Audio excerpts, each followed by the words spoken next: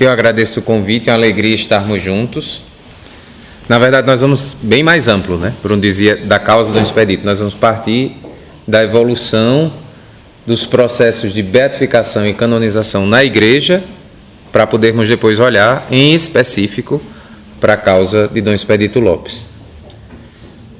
Quando nós tomamos as Sagradas Escrituras, né, muitas vezes a gente começa a se questionar como chegamos à formatação atual dos processos de beatificação e canonização na Igreja, que hoje são de competência do dicastério para as causas dos santos. Né? Antigamente era a congregação, desde o último 6 de junho, o Papa fez a reforma da Cúria Romana e agora não se chamam mais congregações, mas dicastérios. Os dois nomes já eram utilizados, né? Até um dia desse, todos os dois, e é a mesma coisa. Porém, agora, oficialmente, com a reforma da Cúria, se chama o dicastério para as causas dos santos. Antes do Concílio Vaticano II, era a congregação para os ritos a responsável. Né? Com a reforma do Papa Paulo VI, e a congregação para os ritos foi dividida em duas. Surgiu a congregação, hoje o dicastério para o culto divino e a disciplina dos sacramentos, e aquele conhecido como o para a causa dos santos. Era um único organismo que tinha essa competência de analisar tanto a liturgia quanto o processo que poderia levar a uma possível beatificação e canonização.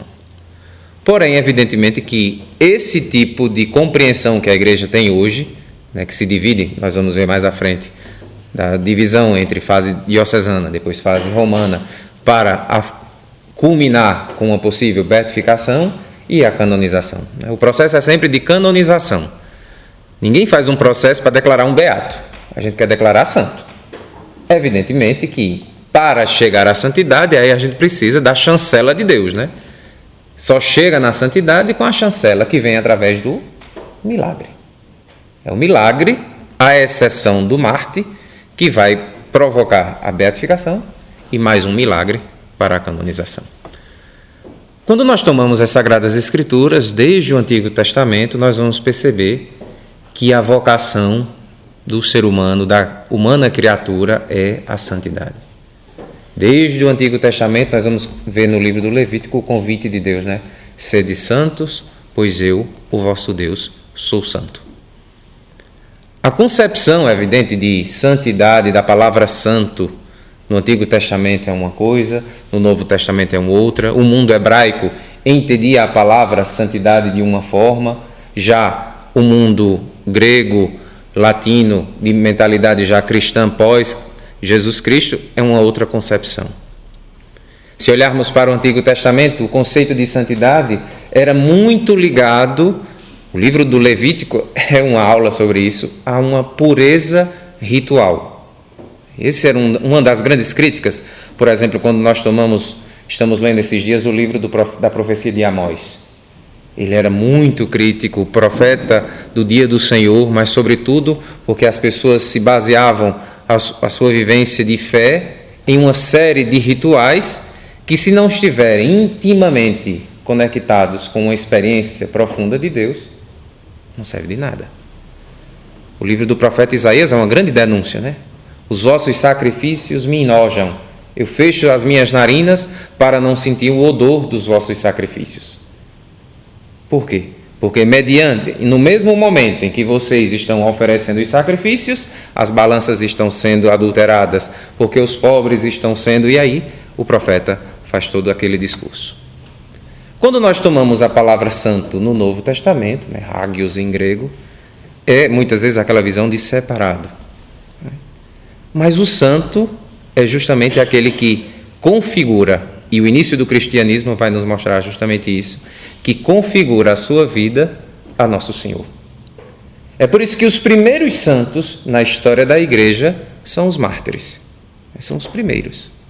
O primeiro relato que nós temos escrito, por exemplo, a primeira ata de martírio que nós temos escrito, só para vocês terem uma ideia, que relata em muitos detalhes, em uma riqueza de detalhes tremenda, é a ata do martírio de São Policarpo, bispo de Esmirna. Ele nasceu em 69 e foi martirizado no dia 23 de fevereiro de 155, do ano 155, século II da era cristã.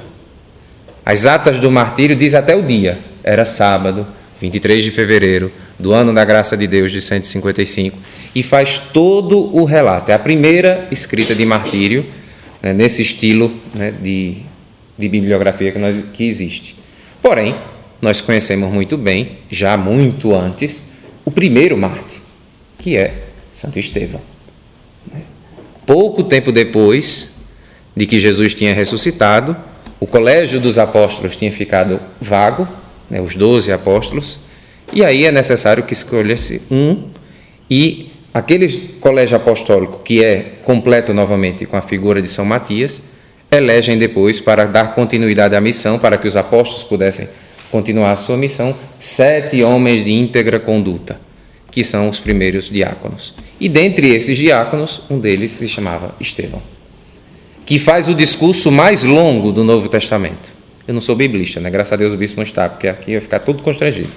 Eu sou canonista, ele é biblista, então cada um com sua linha. Porém, no pouco que eu estudei, evidentemente, durante o período do seminário, a gente não é que não sabe de nada, né? Mas o discurso mais longo é o de Santo Estevão, e é um dos mais belos. Quando nós pegamos o discurso para fazer aquela análise, capítulo 7 do livro dos Atos dos Apóstolos, ele faz toda uma releitura da história da salvação, encaminhando-a para a pessoa de Cristo. E ao final do seu discurso, ele é apedrejado, e é interessante que o final da sua vida, né, São Lucas Evangelista, quem aqui escreve o livro dos Atos dos Apóstolos, faz coincidir, né, a entrega da vida de Santo Estevão, as mesmas atitudes de Nosso Senhor. É tanto que, enquanto era apedrejado, diz a palavra de Deus, no versículo 59 e 60, Santo Estevão exclamava: Senhor Jesus, acolhe o meu espírito. Dobrando os joelhos, gritou com voz forte: Senhor, não os condenes por este pecado. E com estas palavras adormeceu. Veja, são as mesmas palavras que Jesus diz na cruz. Jesus que entrega o seu espírito e ali morre, Jesus que pede o perdão para os seus algozes. Esse é o início. A igreja, quando começa a venerar, sobretudo o início do cristianismo, que era o cristianismo catacumbal, como chamam, né, das catacumbas, a cidade de Roma é repleta dessas catacumbas, né? Quando você pega a mais famosa de todas, a catacumba de São Calixto, mas também tem a catacumba de Santa Priscila, para nós aqui muito famosa, em Roma não tanto quanto para nós, que é a catacumba de São Sebastião, onde ele está também sepultado. Mas Roma é repleta de lugares onde os cristãos se reuniam às escondidas, como diz o Evangelho, por medo dos judeus, e ali muitas vezes se reuniam e celebravam a Eucaristia sobre o túmulo dos mártires. É ali que começa, por exemplo, já o culto das relíquias, né? Sempre que um dos cristãos eram mortos, eles recolhiam as suas relíquias e sepultavam em um lugar digno para aguardar, como nós sabemos muito bem, a ressurreição do corpo, como professa a nossa fé. O termo martírio vem do grego, né? Martirion, que quer dizer testemunha. Testemunha principal, o modo certeiro de testemunhar Cristo é através do martírio. É por isso que, no início do cristianismo, sobretudo da história da igreja, os mártires eram todos declarados modelos de fé.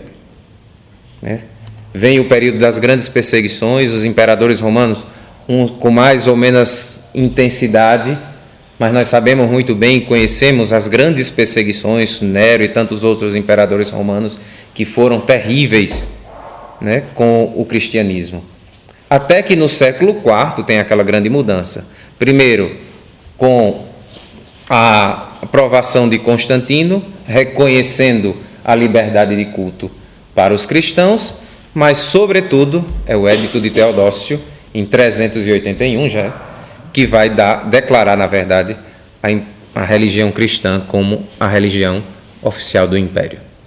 E ali, é claro, acabam as perseguições, né? Ali começam a surgir as basílicas, ali começam a construir não mais as igrejas dentro da terra, nas catacumbas, mas começam a surgir os palácios, os bispos ganham uma autoridade notória, eles que começam a julgar. O tribunal episcopal tem muito mais força até do que os outros tribunais romanos naquela época. O direito romano e o direito eclesiástico começa muitas vezes a caminhar a passos largos e juntos. Tinha muitas pessoas que no momento de ser julgado, preferia ser julgado no tribunal do bispo do que no tribunal dos romanos. E podia fazer esse apelo. Como a religião era a oficial do império, então era possível que fosse feito isso. Evidentemente, com o fim das perseguições, diminuem os mártires. E aí começa uma mudança significativa, né, na vivência da igreja a respeito dos processos, né, não ainda com esses nomes, né, de santificação, a elevácio, que era aquilo que era chamado, porque era o momento que você retirava o corpo do lugar para transportá-lo a um lugar de maior honra para que fosse celebrado. Quais eram as características, por exemplo, desse culto, sobretudo no início? A primeira coisa, no momento em que alguém vinha martirizado no início, ou depois, como nós vamos ver com a evolução, a primeira coisa de recordar com muita precisão era a data da morte. Nós sabemos muito bem que nós celebramos o aniversário, ou a memória dos santos é sempre no dia da sua morte, com exceção, né, de São João Batista, que nós celebramos há poucos dias o seu nascimento, mas celebramos também o seu martírio, né? São João Batista nós celebramos 24 de junho o nascimento, 29 de agosto nós celebramos o seu martírio. São Paulo também nós celebramos não o nascimento, celebramos a conversão. 25 de janeiro celebramos a conversão, amanhã, juntamente com São Pedro, celebramos o martírio de São Paulo. Porém, no normal é recordar com muita precisão aquele que era chamado de dies natalis. Veja, era o Natal, era o verdadeiro nascimento daquela pessoa, não na carne, porque esse já tinha acontecido, mas no espírito, na fé. Então se deveria guardar aquela data para que fosse festejado solenemente e oficialmente pela comunidade eclesial, presidida pelo bispo e pelo clero local com o culto litúrgico. Essa era a primeira coisa a ser feita. A segunda, a data precisa era conhecida não somente por um grupo, mas começava a ganhar notoriedade, sobretudo aqueles santos mais famosos, né, os grandes mártires que abraçavam a fé. Nós temos Santo Inácio de Antioquia e tantos outros que entregaram a sua vida. Se a gente for fazer aqui a lista, né, Santa Perpétua, Felicidade, Cecília, Anastácia, Sebastião e tantos santos mártires, conhecidos e não tão conhecidos como nós sabemos. Então, o ato que acontecia, que hoje nós chamamos, por exemplo, de canonização, a canonizatio, era a elevatio. Aqueles restos mortais que estavam sepultados em um lugar comum eram elevados, eram tirados daquele lugar e transportados a um lugar com maior dignidade. E ali, evidentemente, se construía um altar, do altar se construía uma igreja, da igreja muitas vezes se construía uma basílica. Por exemplo, eu tenho a oportunidade agora de trabalhar lá em Roma, em um santuário muito belo de São Nicolau di Tolentino. É um ilustre desconhecido na maioria das pessoas, quase ninguém conhece. É um grande santo, é padroeiro das almas do purgatório, por exemplo, um santo importantíssimo, porém, é muito local o culto a ele. Mas quando São Nicolau morreu, em 10 de setembro de 1305, a devoção a ele era tão grande naquela cidade chamada Tolentino que o corpo não veio a ser nem sepultado. Tinha uma pequena capela, aquela capela do convento, eles colocaram lá no meio da capela, em uma urna, o corpo do santo. Anos depois, o que é que acontece? Um frade alemão, que era muito devoto do santo, roubou os braços do santo, né? Foi lá, cortou os braços e levou consigo. Porém, aconteceu um milagre que, mediante ele ir embora, começou a sangrar. Aqueles braços, anos depois, quase 50 anos depois da morte, começaram a sangrar. Ele, amedrontado, trouxe de volta. Os frades, com medo de que pudessem de fato roubar o corpo, enterraram o resto do corpo e ficaram como relíquia somente os braços. É tanto que tem uma capela dos santos braços lá na Basílica. O tempo vai passando, os frades vão morrendo e o corpo desaparece. Ninguém sabia nem onde estava. A festa de São Nicolau de Tolentino ficou entre o século XIV até o início do século XX, sendo celebrada com os braços. Sabia-se que o corpo estava sepultado, não se sabia onde. No início do século passado foram fazer uma cripta, que é muito bonita por sinal, e durante as escavações encontraram um corpo. Os ossos, é claro. Foi muito fácil de identificar porque não tinha os braços. Fizeram os exames de DNA, essa coisa toda, comprovaram que era o mesmo do braço e só fizeram unir e hoje está colocado no esquife de vidro, muito bonito, e é um santo muito festejado. Mas para a gente perceber, aquele santo que foi ali colocado naquela sala, que é mais ou menos do tamanho disso, a Capela de São Nicolau, foi colocada ao centro. Aquela capela depois foi totalmente embelezada. Se você vai, é uma das pérolas preciosas daquela região da Itália, porque ele é todo pintado com os afrescos da escola de Giotto. Aquela capela tornou-se pequena, eles constroem um grande santuário basílica, que é o que existe até hoje, e pouco a pouco os anos vão passando, ele vai sendo embelezado cada vez mais, porque é fruto da devoção das pessoas. Era assim que acontecia. Fazia-se a elevácio e colocava-se o corpo do beato, daquela pessoa, do mártir, na verdade, para que ele pudesse ser venerado em um lugar mais digno para a sua vida. Passado o período das perseguições, vem-se o momento em que, se não tem-se mais os mártires, havia, para que as pessoas pudessem ser declarados modelos de perfeição, não é mais o martírio, é também o martírio. Mas aí é onde entra aquela história que nós falamos a semana passada, das virtudes heróicas. As pessoas começam, de fato, a partir não mais de um martírio vermelho, do sangue derramado, mas, sobretudo, a partir da vivência das virtudes, em grau heróico. Quando nós tomamos os estudos do dicastério para a congregação, o que eles pedem, o que é que eles declaram? É que seja acima da média dos normais, né? Entre aspas. A pessoa que viveu, por exemplo, a caridade, mas a viveu em um grau heróico. Então, todo o processo vai ser baseado na vivência de virtudes daquela pessoa. É interessante perceber que, durante praticamente 1000 anos, ou um pouco mais, na verdade, as beatificações e canonizações não era uma competência exclusiva do Papa. Eram canonizações episcopais. É tanto que quando se faz a reforma da Cúria Romana, desde o Papa Pio V lá, depois do Concílio de Trento, com a reforma protestante, nós vamos perceber que a congregação, ainda que ela tivesse trazido para si todo o trabalho para o processo de investigação, nós vamos perceber que quem conhece verdadeiramente a causa, aquilo que aconteceu, é o lugar. É por isso que a primeira fase, aquela que dá um fundamento, e o dicastério diz sempre, o que vai determinar o final, o êxito, na verdade, da causa, é a instrução inicial do processo.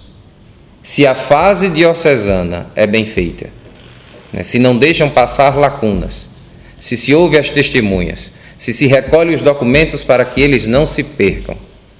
Tem até uma das regras que diz, até quando existem testemunhas que, porventura, para que não se percam o seu testemunho, que se ouça antes. Tem testemunhas que são preciosas para um processo. E se aquela pessoa já está ou muito doente ou de idade avançada, você não pode esperar tempo algum para ouvi-las. Tem-se a licença para que você possa escutar antes essa pessoa. Então, as canonizações episcopais acontecem, são os bispos que fazem aquela investigação. Alguns santos têm uma facilidade, o processo mais rápido de canonização da história da Igreja é do nosso padroeiro aqui de Garanhuns, Santo Antônio de Pádua. O processo mais rápido de todos. Santo Antônio é um dos maiores santos, Hoje, o único que faz sombra ainda em Santo Antônio é o Padre Pio. Se você chega na Itália, é uma loucura. Padre Pio, de fato, é uma loucura que o povo italiano tem por ele. Mas Santo Antônio... Boa noite. Boa noite. Santo Antônio é considerado um dos maiores santos da história do povo italiano. É tanto que quem tem a oportunidade de ir a Pádua, vão perceber que eles não dizem nem o nome, eles dizem o santo. Não precisa dizer Santo Antônio, é o santo. Il Santo, como dizem os italianos. Eu estive em Pádua antes da pandemia, pouco tempo antes da pandemia, 2 semanas antes de fechar tudo. E foi interessante que, conversando com a senhora, eu perguntei, mas é Santo Antônio de Pádua ou de Lisboa? É uma afronta, né? Porque Santo Antônio nasceu em Lisboa. A casa dos pais dele era de frente à sede de Lisboa. E a mulher não teve dúvidas, ela nem os olhos piscou para responder. Ela disse, Antônio é de Pádua, Fernando é de Lisboa. Porque do seu nome de nascença era Fernando, Fernando de Bulhões. E aí ela disse, né, Fernando sim, era de Lisboa, mas Antônio, o santo, é daqui, é de Pádua. Então, são os bispos que vão conduzir todos os processos para a possível investigação e depois beatificação e canonização. No início, é claro, não existiam ainda essa questão de beatificação e canonização. As pessoas, o processo terminava sempre com a canonização, com a elevatio.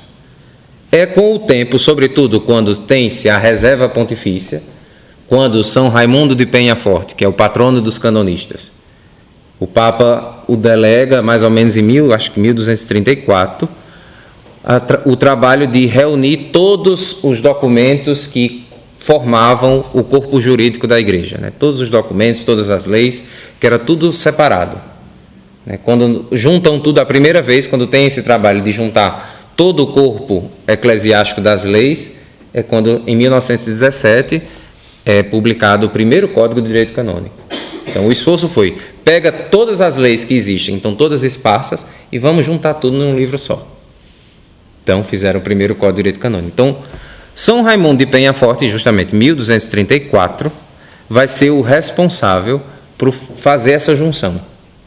E nessa junção, quando declara as leis eclesiásticas, ele acrescenta uma carta de um dos papas que reserva ao Papa o processo de canonização. É nesse momento, a partir mais ou menos do século XIII, que começa, sobretudo, a surgir aquilo que nós conhecemos hoje por beatificação. E a grande diferença que existe entre os processos de beatificação, ou o processo de beatificação, que é o mesmo, na verdade, e o culto dado, um é local e o outro é universal. Algumas coisas não acontecem assim, nós sabemos muito bem. Por exemplo, se afirma hoje que o culto ao beato pertence a um lugar, a uma nação ou a uma família religiosa, não é o que está acontecendo, por exemplo, nos tempos nossos hoje. Não preciso falar muito, por exemplo, do beato Carlo Acutis. O culto a Carlo Acutis é universal. O Papa fala sempre nele. E ele ainda é beato, mas o culto já é praticamente universal, ainda que não tenha sido canonizado. Falta o segundo milagre.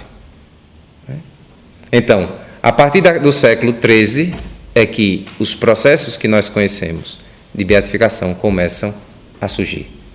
E vinham feitos nas igrejas locais, nas dioceses.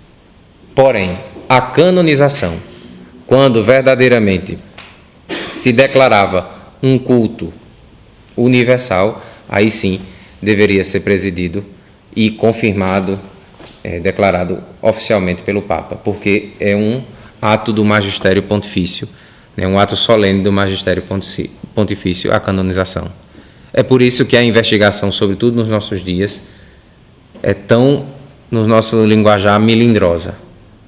A gente não pode deixar passar. É tanto que, quando a gente começa a instrução da causa, devem ser convocados também pessoas que, porventura, acreditem que a pessoa não seja santo, que tenham motivos e que possam dar o seu testemunho contrário à causa. A gente não pode ficar somente com quem é favorável, e se descobrir que tem alguma coisa que é distante da vontade de Deus, digamos assim, a gente não diz, não, então essa pessoa a gente esconde, deixa para lá, deixa passar, mete debaixo do tapete, de forma alguma. Nós estamos falando de uma pessoa que vai ser colocada diante da comunidade, diante da igreja inteira, como um modelo de fé.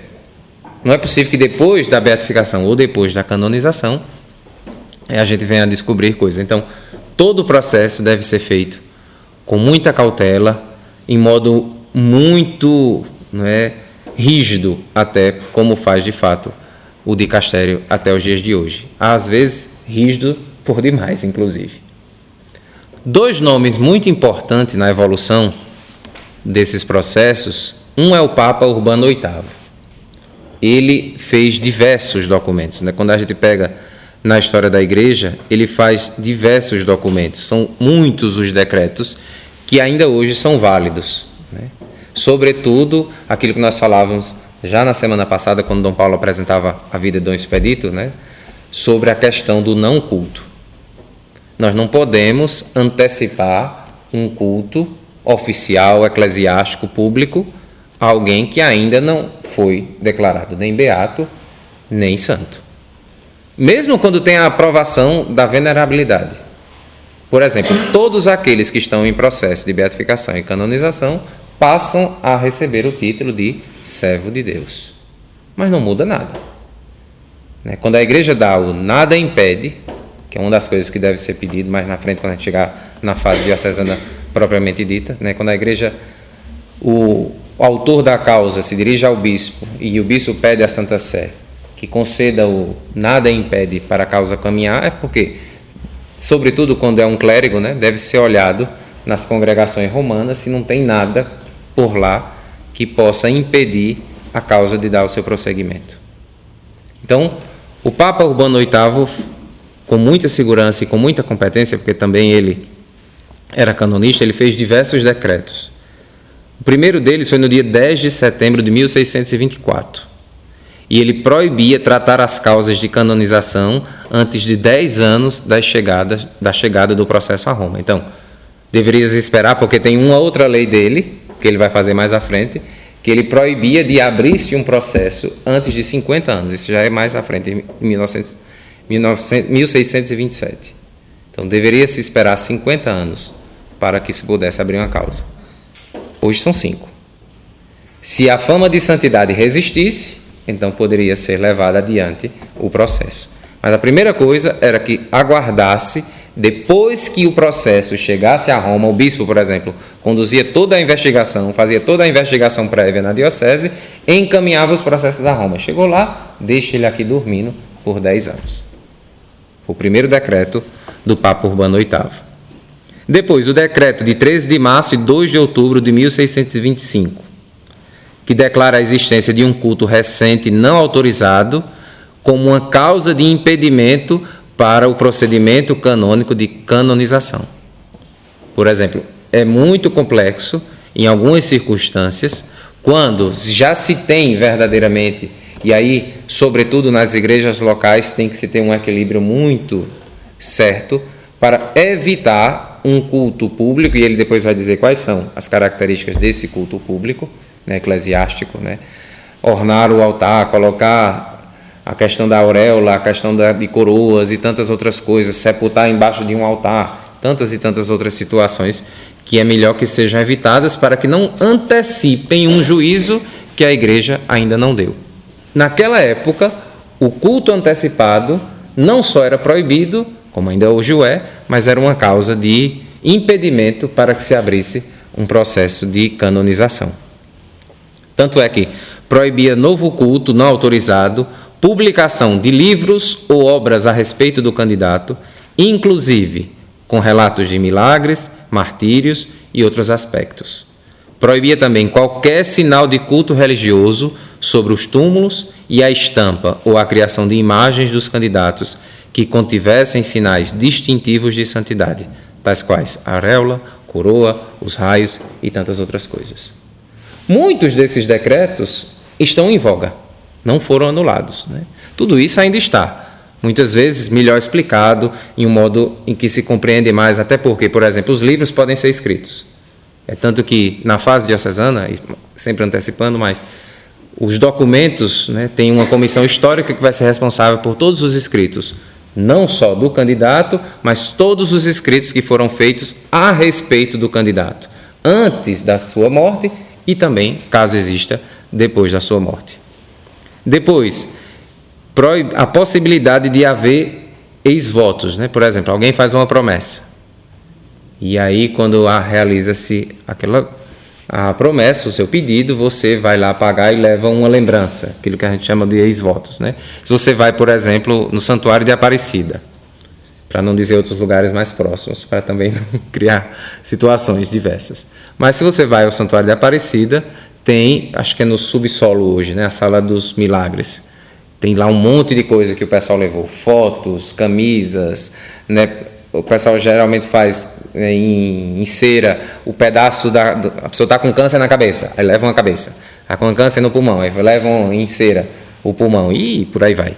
Tem de tudo, né? Tem o capacete da Ayrton Senna, tem as camisas da Copa do Mundo. Quem tem a oportunidade de ir na Basílica, quem não foi na Basílica, quem foi ao Juazeiro, por exemplo, mesmo sabendo das circunstâncias, né, que ainda precisam ser analisadas, né, no caso específico do Padre Cícero Romão Batista, que é um processo muito mais lento e com muito mais dificuldade de se realizar, mas nós sabemos muito bem que lá também existe a Sala dos Milagres, e são muitos. Como vocês podem perceber, o processo não é só para declarar santo, não é para fazer o santo. A igreja não faz santos, a igreja declara santos. A santidade ela já existe. Agora, precisa ser o reconhecimento público para que aquela pessoa possa ser colocada, né, diante, né, do povo como um exemplo, né, de configuração a Cristo Jesus, nosso Senhor.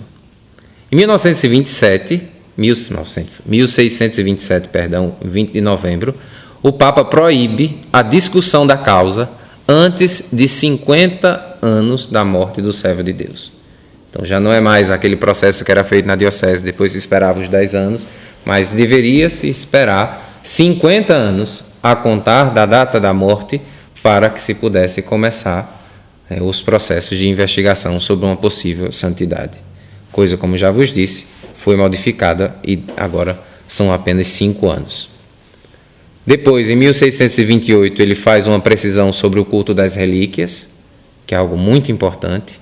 Deve ser conservado em modo, né, que não venham a se perder, que não venham a serem colocadas também em situações em que possam até desaparecer. Quantas situações, muitas vezes, a gente pode deixar em um modo que se perdem praticamente todas as relíquias, né? O cuidado, sobretudo, quando se começa um processo desse tipo, de guardar. É uma das coisas primeiras que o bispo diocesano deve pedir, né?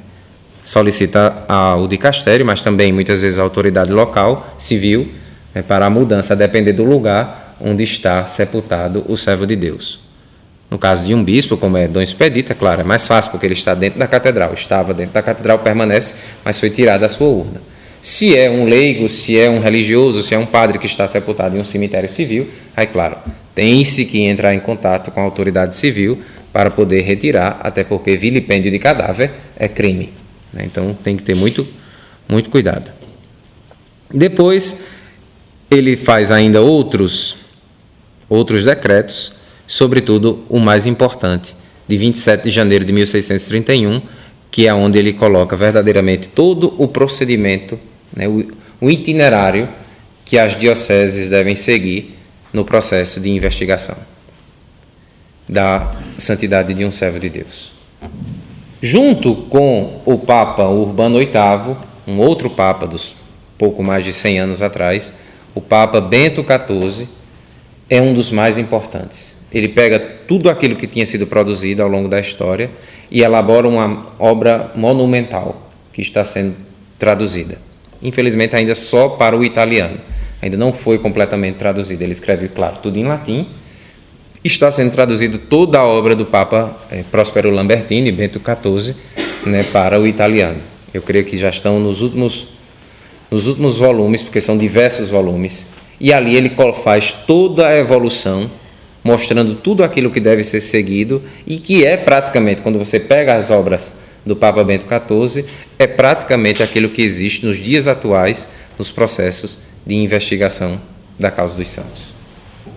E aí, com todas as reformas, desde o Papa Paulo VI, pós-Vaticano II, que cria a Congregação para o Culto Divino e a Congregação para a Causa dos Santos, João Paulo II, que com o novo direito canônico Se você pega o Código de Direito Canônico de 1917, tinha uma parte totalmente dedicada, todas as regras que deveriam ser seguidas para a investigação, a instrução da causa, na verdade, nas dioceses. Com o novo Código, em 1983, fica um cânone apenas. Se você pega, tinham diversos cânones, no novo Código tem apenas um. E para dizer que as causas de canonização e beatificação dos servos de Deus serão tratadas por uma lei especial a ser publicada mais à frente. E essa lei vem a ser também em 1983, publicada em 25 de janeiro, a Divinus Perfectionis Magister, do Papa João Paulo II, onde ele vai, de fato, estabelecer os critérios que devem ser observados para os processos de beatificação e canonização. E é ali, verdadeiramente, a partir dali, que se estabelece, de modo muito claro, muito presente, sobretudo para aquilo que nós temos nos dias atuais, as duas grandes fases que pertencem a um processo: a fase diocesana e a fase romana. Por que os dois? É impossível que o dicastério, nos dias atuais, possa vir a conduzir um processo na igreja local. Sobretudo, se nós começamos a imaginar a quantidade, graças a Deus, imensa de causas que existem no mundo inteiro. São diversas causas. Como poderia o dicastério lá de Roma, os oficiais do dicastério, julgar e fazer a instrução de todas essas causas nas dioceses? É impossível. Então, é papel, sobretudo, do bispo diocesano. Foi dada ao bispo essa competência. O bispo pode abrir de ofício ou quando a ele vem pedido, Quando vem um postulador, em nome de um autor de uma causa, apresenta ao bispo aquele libelo pedindo que seja aberto uma instrução de causa de beatificação e canonização de um servo de Deus. Então é o bispo diocesano. O bispo tem que ter, para isso, muitas informações, porque no momento em que um postulador apresenta esse pedido, ele deve não apenas dizer: olha, escrevi aqui, a gente está pedindo que o senhor abra o processo de fulano de tal. Não. Ali, o postulador já deve escrever uma pequena biografia, não somente com dados genéricos de nascimento, morte, isso, fez aquilo, não. Uma pequena biografia com certo valor histórico, se for possível. Anexar aquilo, todos os documentos escritos pelo servo de Deus e também escritos sobre o servo de Deus. Por exemplo, nós temos aqui a causa do expedito, já nós podemos chegar nela, mas nos tempos atuais, aqui ao nosso redor, há uns 2 anos atrás, praticamente 2 anos atrás, já está para completar 2 anos, faleceu um bispo muito conhecido aqui na nossa região, que era o bispo de Palmares, do Henrique Soares, que muito se falou na época que morreu em fama, como sabemos, de santidade. É claro que a primeira coisa a ser seguida é aquilo que a igreja ensina. Deve-se esperar 5 anos, a partir da morte do servo de Deus, para que se comece a causa. Depois, é claro, quem é o responsável, de fato, para a condução da causa? É quem dirigisse, A regra da igreja diz: quem é o bispo competente a quem um autor deve se dirigir para pedir a abertura de um processo de beatificação e canonização. Nos casos de martírio, virtudes heróicas, ou como o Papa Francisco criou 5 anos atrás, de oferta da vida, deve-se ir no lugar onde o servo de Deus faleceu. É evidente que Dom Henrique só morreu em Recife, Ele era bispo de Palmares. O bispo competente para conduzir o processo de uma possível investigação a respeito da santidade de Dom Henrique não é Dom Fernando Saburida, até porque não será ele. Ele já apresentou até a renúncia. Não é o arcebispo de Olinda e Recife, onde ele veio a falecer, até porque ele faleceu e estava ali, porque o hospital era ali. Mas é o bispo sucessor dele hoje, o Dom Fernando Barbosa, bispo de Palmares. Então, ou o Instituto Dom Henrique Soares, ou um grupo de leigos, ou o próprio bispo de ofício, já que ele é o seu sucessor, diante daquele clamor que ainda existe, de uma fama de santidade que porventura continue no tempo, Nós já estamos em 2 anos. Dom Henrique é um homem que conseguiu, sobretudo através dos meios de comunicação social, ter uma grande penetração na vida de tantas pessoas. Não somente na sua diocese, não somente em Maceió, onde ele por 20 anos era reitor da Igreja do Livramento, não somente como professor, ele foi professor diversos anos do seminário, dos cursos de teologia de Maceió, mas sobretudo a partir do seu site, né, a partir das redes sociais, do Instagram, das diversas entrevistas que ele deu, ele tornou-se um homem conhecido e, sobretudo, o seu modo de ser, né, não tinha como negar, até no seu sotaque, no seu nordestinês, né, característico daquela figura alagoana, como ele era nascido em Penedo, né, que é um homem, de fato, um sinal muito visível da presença de Deus nos nossos tempos. O que é que nós temos que fazer nos dias atuais? Rezar, para que essa fama possa crescer cada vez mais. É claro, se existe esse desejo de um dia abrir esse processo, eu até conversei com algumas pessoas, se existem testemunhas que possam se perder, devem ser ouvidas antes.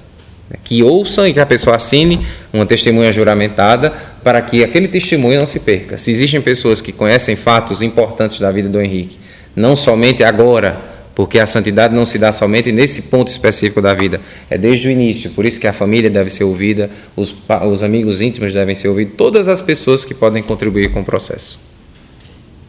Então, é dessa forma que paulatinamente nós vamos percebendo como o processo pode ser aberto.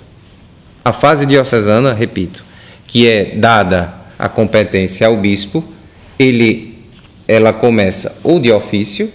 Eu não sei se aqui no caso específico da causa do expedito, o autor da causa é o instituto ou é a diocese? A senhora sabe, irmã? Foi a diocese. Foi do Irineu. Não é? A dúvida, porque qual é o problema? A fase diocesana nossa, ela foi aberta, eu creio, em 2004, 2008, uma coisa assim. Eu não sei todos os dados, né? Até porque tudo é sob sigilo. O que eu sei da fase diocesana é aquilo que está compilado. Clodoaldo trabalhou. Clodoaldo era notário? Mas foi em que ano? Foi em 2000 e... 2005. Foi coisa assim, né? Então, Clodoaldo fazia parte do tribunal, né? Eu era quem ia buscar testemunho. Ele fala, agora que eu me toquei. Tem um fato bem interessante, o bispo de médico de Palmares, né?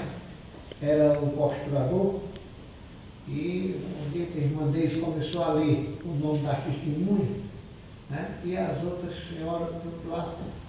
Aí, fulano morreu, ciclano já morreu, Bertrano já morreu. Aí ele disse lá da cadeira de balanço, se atenham a convocar os vivos. É desse jeito. Por isso que a gente tem que ter muito cuidado, sobretudo com as testemunhas, que tenham, porventura, a saúde mais fragilizada, ou a idade muito avançada, que sejam ouvidas. É tanto que o tema, não é, quando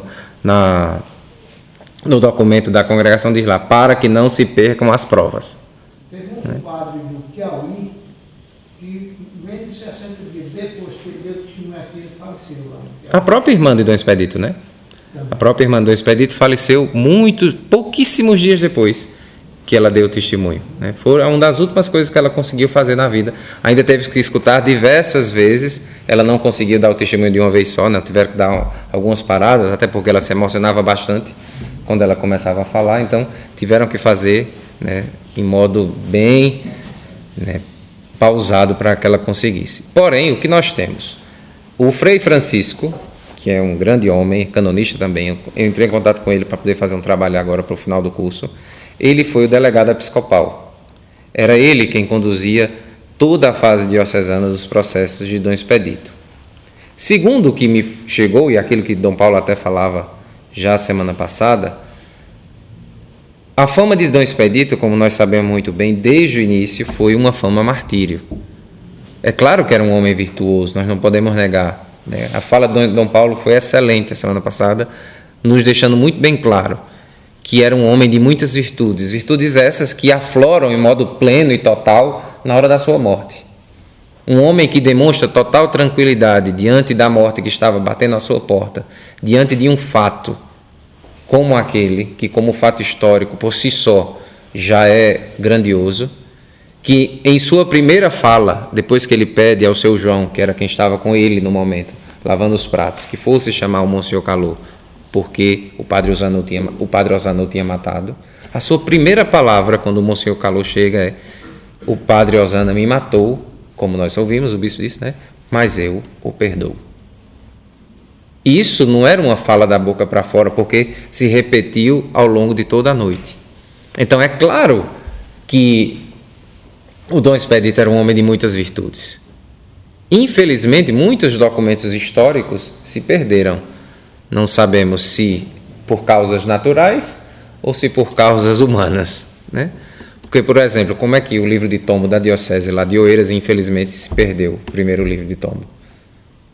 Para nós conhecermos a fisionomia, a pessoa que era Dom Expedito, sobretudo na sua primeira igreja, onde ele teve muitas dificuldades. Oeiras era uma das regiões mais pobres, ainda o é.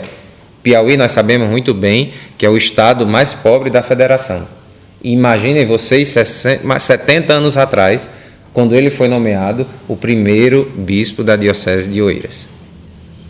Então ele teve que começar do zero. Teve paróquias que ele teve que agir como pároco, era ele o pároco. Não existia nada, não existia palácio episcopal, não existia nada. E ali ele trabalhou com afinco. E eu creio que assim como aqui em Garanhuns, onde nós temos as diversas cartas circulares que ele se utilizou para comunicar com os seus diocesanos, imagine muitas coisas que não estariam escritas, né, dele ali naquele primeiro livro de tombo, que é o retrato histórico, fiel, né, daquilo que é a administração da diocese. Infelizmente, nós não temos, né, acesso nesses dias, nos dias atuais, ao livro de tombo. Por quê? Porque os documentos, sobretudo numa causa como essa, que é praticamente já antiga, né? A Igreja define causas antigas e causas recentes. O que é que distingue? As testemunhas. Quando a causa é recente, existem testemunhas de visão, né? De viso, aquelas que viram os fatos. Porque tem dois tipos de testemunha: aquelas que viram o fato, que conviveram com a pessoa e que podem testemunhar porque não só ouviram dizer, mas porque foram testemunhas oculares. Esse é o primeiro grau de testemunha, esse é o mais importante, claro. Depois tem o testemunho de quem não viu, mas ouviu dizer das testemunhas oculares, né? Ah, minha mãe trabalhou na casa do bispo e ela me dizia isso, isso e isso. Então, a primeira, são pessoas que também dignas de serem de credibilidade para serem ouvidas, porque não viram, mas conviveram e ouviram da boca de quem viram os fatos. Essas também devem ser ouvidas. Existem aqueles testemunhos de pessoas que ouviram, de outros que já ouviram, e aí podem, mas não é que devem ser ouvidos, né? Em algumas circunstâncias, sim. Essas são as causas recentes. As causas antigas, a Dom Expedito praticamente já é uma causa antiga, porque praticamente todas as pessoas que conviveram com os fatos praticamente morreram. O que é que nós temos hoje? Os documentos.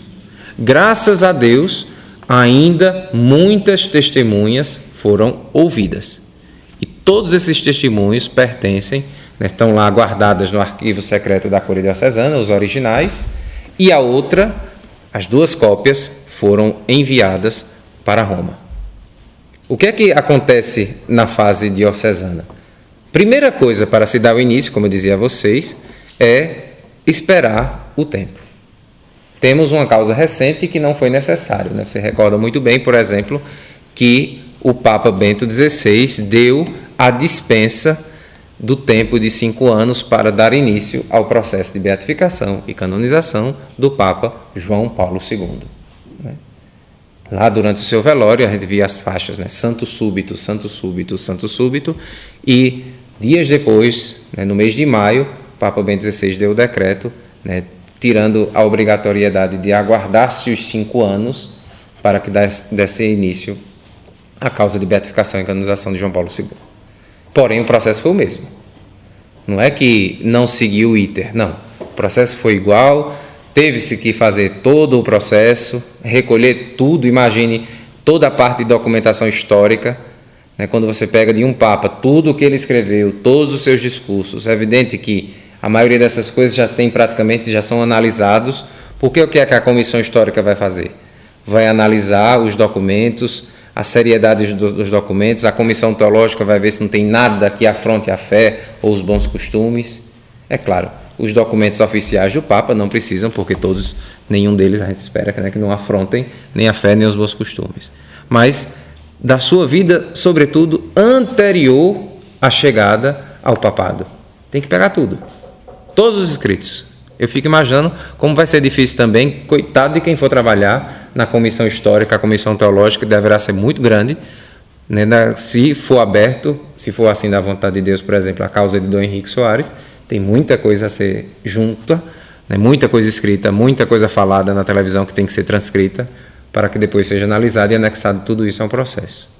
Então, espera-se o tempo passar, os 5 anos, e um autor vai nomear um postulador para que se comece a causa, que peça ao bispo competente que seja aberta a causa. Antigamente não tinha exigência muito grande, não tinha muitas exigências. Qualquer fiel católico, por exemplo, podia, com conhecimento específico de teologia, de história, de direito canônico e de íntegra conduta, poderia ser nomeado postulador da causa, de uma causa. Por exemplo, uma pessoa que tivesse estudado, tem o livro lá da Causa dos Santos, uma pessoa que, até autodidata, que conseguisse entender basicamente a praxis da Causa dos Santos, podia ser nomeada.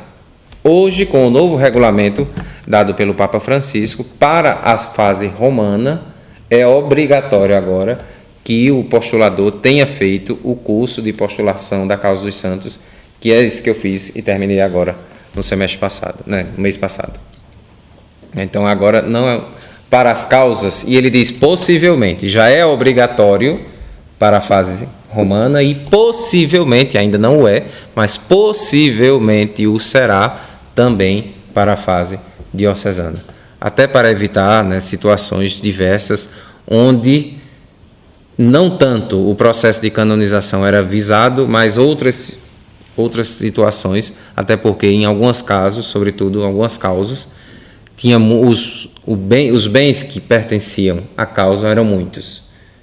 Tinha muita gente que tinha muita devoção, eram muitas doações que eram dadas às causas, e a gente sabe muito bem que, infelizmente, o ser humano, o dinheiro é passível de corromper muitas pessoas. Então, para que se evite essas coisas, a gente tem que ter muito cuidado, até na questão da nomeação dos postuladores. Então, um autor, seja ele quem for, quem pode ser autor de uma causa?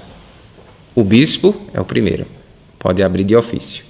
Mas uma paróquia, um instituto de vida consagrada, uma diocese, uma conferência episcopal, um grupo de leigos, a confraria Dom Expedito Lopes, por exemplo. Se não existisse um autor e não existisse a causa, por exemplo, a confraria podia se unir, ou uma pessoa apenas, ou o grupo em sólido, como todos em solidariedade, poderia se nomear como autor da causa, fizesse a nomeação de um postulador, que fizesse todo o recolhimento dos documentos, da biografia, e apresentasse ao bispo o pedido de abertura de um processo de beatificação e canonização. O que é que o bispo deve levar em conta? A seriedade do trabalho que foi feito. Se o bispo percebe ali que toda a documentação, ou pelo menos aquela principal, foi recolhida, que existe verdadeiramente uma fama de santidade, que é isso que conduz um processo. Se a biografia ali apresentada é fiel, ao menos naquilo que se espera, aquilo que foi a vida do candidato, do servo de Deus, então o bispo começa a dar os passos que são necessários. O primeiro passo, a consulta à Santa Sé, para saber se na Santa Sé existe algo que possa vir a impedir a abertura da causa. A Santa Sé responde de 3 formas: nada impede, e aí prossegue-se. Tem qualquer impedimento, e ela diz: olha, tem isso aqui, é bom que seja analisado antes de abrir a causa. Por exemplo, se é uma causa de um sacerdote, chegou aqui uma denúncia, porém essa denúncia nunca foi avante, as pessoas, chegou essa carta denunciando o padre, porém ali morreu. Não houve processo, não houve investigação, pode ser apenas calúnia, sobretudo nos tempos atuais, Não precisa ir muito longe sobre a cultura do cancelamento, como falam tanto, né? Basta que uma pessoa não vá com a cara, que cisme com a cara da outra pessoa e diga, fulano de tal fez isso e isso contra mim. Daqui que a pessoa consiga se defender, a sua reputação já está destruída no tribunal da internet. Então hoje a gente tem que ter muito cuidado sobre tudo, né? Porque são muitas artimanhas que o demônio pode se utilizar ao seu favor. Então, ou nada impede, ou tem qualquer coisa, ou tem um empecilho. Por exemplo, existem motivos que a Santa Sé pode dizer claramente, guarde, não tem condições. A partir disso que está aqui, que já chegou ao nosso conhecimento, encerre-se e a causa não pode ser aberta ali, a causa já pode, de fato, acabar. Consultada a Santa Sé, recebido o nihil obstate, nada impede, o bispo deverá consultar não só no Brasil a Conferência Episcopal Regional ou Nacional. O Brasil é imenso, né? É a maior conferência episcopal do mundo. Nós temos, né, 272 circunscrições eclesiásticas entre dioceses, arquidioceses, prelazias e todas essas coisas. Então é evidente que no caso do Brasil e da Itália se pode ser consultada apenas a conferência regional. No caso, no nosso regional aqui, Nordeste 2. Se consulta todos os bispos do regional Nordeste 2, vê se algum deles tem alguma coisa contra a causa. Se eles disserem em comum, né, geralmente faz um documento onde todos assinam dizendo que nada impede, que deve ser começada e prosseguida a causa, então é aí que o bispo faz o decreto onde ele aceita o libelo. Aquela carta que foi apresentada pelo postulador nomeado pelo autor da causa, vem a ser aceita e aí começa-se o processo. A primeira coisa a ser recolhida, o bispo nomeia uma comissão histórica que vai recolher toda a documentação. Todos os documentos que existirem de onde o servo de Deus passou. Se é uma pessoa que vive em um local só, ótimo. Se é uma pessoa que andou em muitos lugares, tem que passar em todos os lugares onde o servo de Deus passou e pegar todos os documentos escritos por ele ou por outros a respeito daquele servo de Deus. Juntado todos esses documentos, a comissão histórica vai fazer um parecer para que seja também entregue ao bispo. Outra comissão a ser nomeada, e aí sim importantíssima, é a comissão teológica. Analisa-se todos os escritos do servo de Deus, também aqueles não publicados, publicados e não publicados, inéditos no caso, né? Tem gente que escreveu muita coisa. Creio que o Dom Henrique deve ter escrito, imagine, tantas coisas que não se conhecem. Tem os livros, mas tem também muita coisa que deve ser os seus escritos, as suas homilias, tantas e tantas coisas que foram encontradas lá no seu escritório em Palmares e na sua casa também. Então, tudo isso deve ser analisado pela comissão teológica, para que, como eu já disse, seja analisado se tem algo que seja contra a fé ou os bons costumes. Passadas essas duas fases, a comissão apresentando o seu parecer, se vai aos testemunhos. Só depois disso é que se pode começar a fase dos testemunhos. Repito, se existe uma testemunha que porventura possa se perder, tudo isso pode ser antecipado, pode ser escutado antes. Então se passa aos testemunhos, se vai, sobretudo quando tem-se várias formas, né, de escutar os testemunhos. Quando estão todos no mesmo lugar é fácil. Estabelece-se o lugar para a escuta das testemunhas. Algumas vezes tem-se que ir ao lugar, e aí pede-se autorização do bispo do lugar, para que se possa ir até aquele lugar, ouvir as testemunhas. Ou pode enviar uma carta rogatória, pedindo que o bispo nomeie um tribunal, e aí essa é a dificuldade. O bispo vai ter que nomear um tribunal na sua diocese, para que escute aquelas testemunhas. Então, o mais fácil, nas testemunhas ausentes, é que os membros do tribunal possam se dirigir até lá. Quem são os membros de uma causa de beatificação na sua fase diocesana? Primeiro, é o delegado episcopal. Ele tem todos os direitos e deveres do bispo. Tudo aquilo que o bispo pode fazer, ele faz. Então, o bispo é quem deveria conduzir o processo. É evidente que é muito complexo para o bispo conduzir, até porque o bispo tem N outros afazeres. Então, nomeia-se o delegado episcopal. Um outro personagem importantíssimo é o chamado promotor de justiça. É ele quem é encarregado de saber se todos os passos que o dicastério estabeleceu estão sendo seguidos. Ele deve estar presente também na audição de todas as testemunhas. É ele que, analisados os documentos, vai também redigir as perguntas que devem ser feitas às testemunhas. Claro, pode vir a ser ajudado, nesse caso, pelo postulador da causa, que conhece muito bem, então o postulador pode ajudar na elaboração das perguntas que são dirigidas às testemunhas. E, por fim, um notário ou dois, né? Até porque não suporta. Um coitado de quem vai ouvir todas aquelas testemunhas e colocar por escrito, transcrever tudo o que acontece naquela sessão, então é melhor que sejam 2 ou 3, né, membros nomeados como notários, que vai colocar tudo por escrito. Terminada, evidentemente, essa fase dos testemunhos, quando alguém dá o testemunho, ela deve ouvir tudo aquilo, as suas respostas, confirmar que disse tudo, que tudo aquilo é verdade, acrescentar, retirar, modificar, até que depois ela assina, né, in fide, como a gente chama, dizendo que aquilo ali é real, a partir daquilo que também ela jurou. Terminado todo o processo dos testemunhos, então o bispo faz o encerramento, né, solene da fase diocesana. Eu esqueci de dizer que, antes de começar, tem, em modo público, pode ser feito, né, ainda que com muito cuidado para que não venha as pessoas intuírem que ali já é a certeza de que a pessoa será beatificada ou canonizada. Não.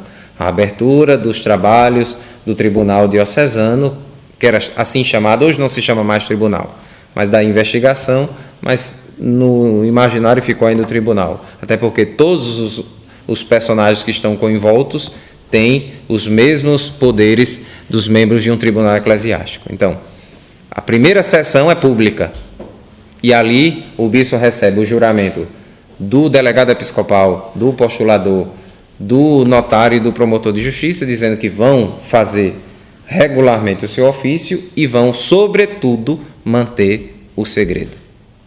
Tudo aquilo que aconteceu dentro dos testemunhos, sobretudo, não pode vir a ser revelado. Então, tudo aquilo ali, as pessoas que estiverem envolvidas devem manter todo o segredo, sobretudo se tem testemunhas que são de menor, né? Então, deve ser resguardado todo o sigilo. Terminado todo o processo, a última fase, antes de fechar tudo e mandar para Roma, é quando o bispo, ou o delegado episcopal, na verdade, deve visitar o lugar onde o servo de Deus faleceu, o lugar onde ele está sepultado e outros lugares que sejam relativos à sua vida, para perceber se em algum daqueles lugares não existe nenhum sinal de culto não autorizado. Então, se está tudo em conforme, faz-se uma declaração dizendo que tudo foi encontrado de acordo com os decretos emanados pelo Papa Urbano VIII, e ali vai ser enviado também para a Santa Sé. No caso do Padre Cícero, pode complicar esse processo, já que tem... Eu nunca fui lá, né? Mas todo mundo fala que tem, como você falou, na sala de milagres, enfim. Então, se chegar a essa fase, que alguém for lá verificar se está tudo certo, tendo esse culto público, pode afetar o processo? Guarde, existem algumas circunstâncias do chamado culto antigo. Existem cultos imemoráveis de alguns servos de Deus, que nunca foi feito um processo e que podem vir a ser confirmados pela Santa Sé. A Santa Sé pode dar a confirmação daquele culto. O caso do Padre Cícero ele é muito complexo por tantas e tantas circunstâncias, né? Até quando fala-se, por exemplo, que ele teria sido excomungado. De fato, ele o foi. O direito canônico da época, né, diante das circunstâncias que aconteceram, previa a excomunhão.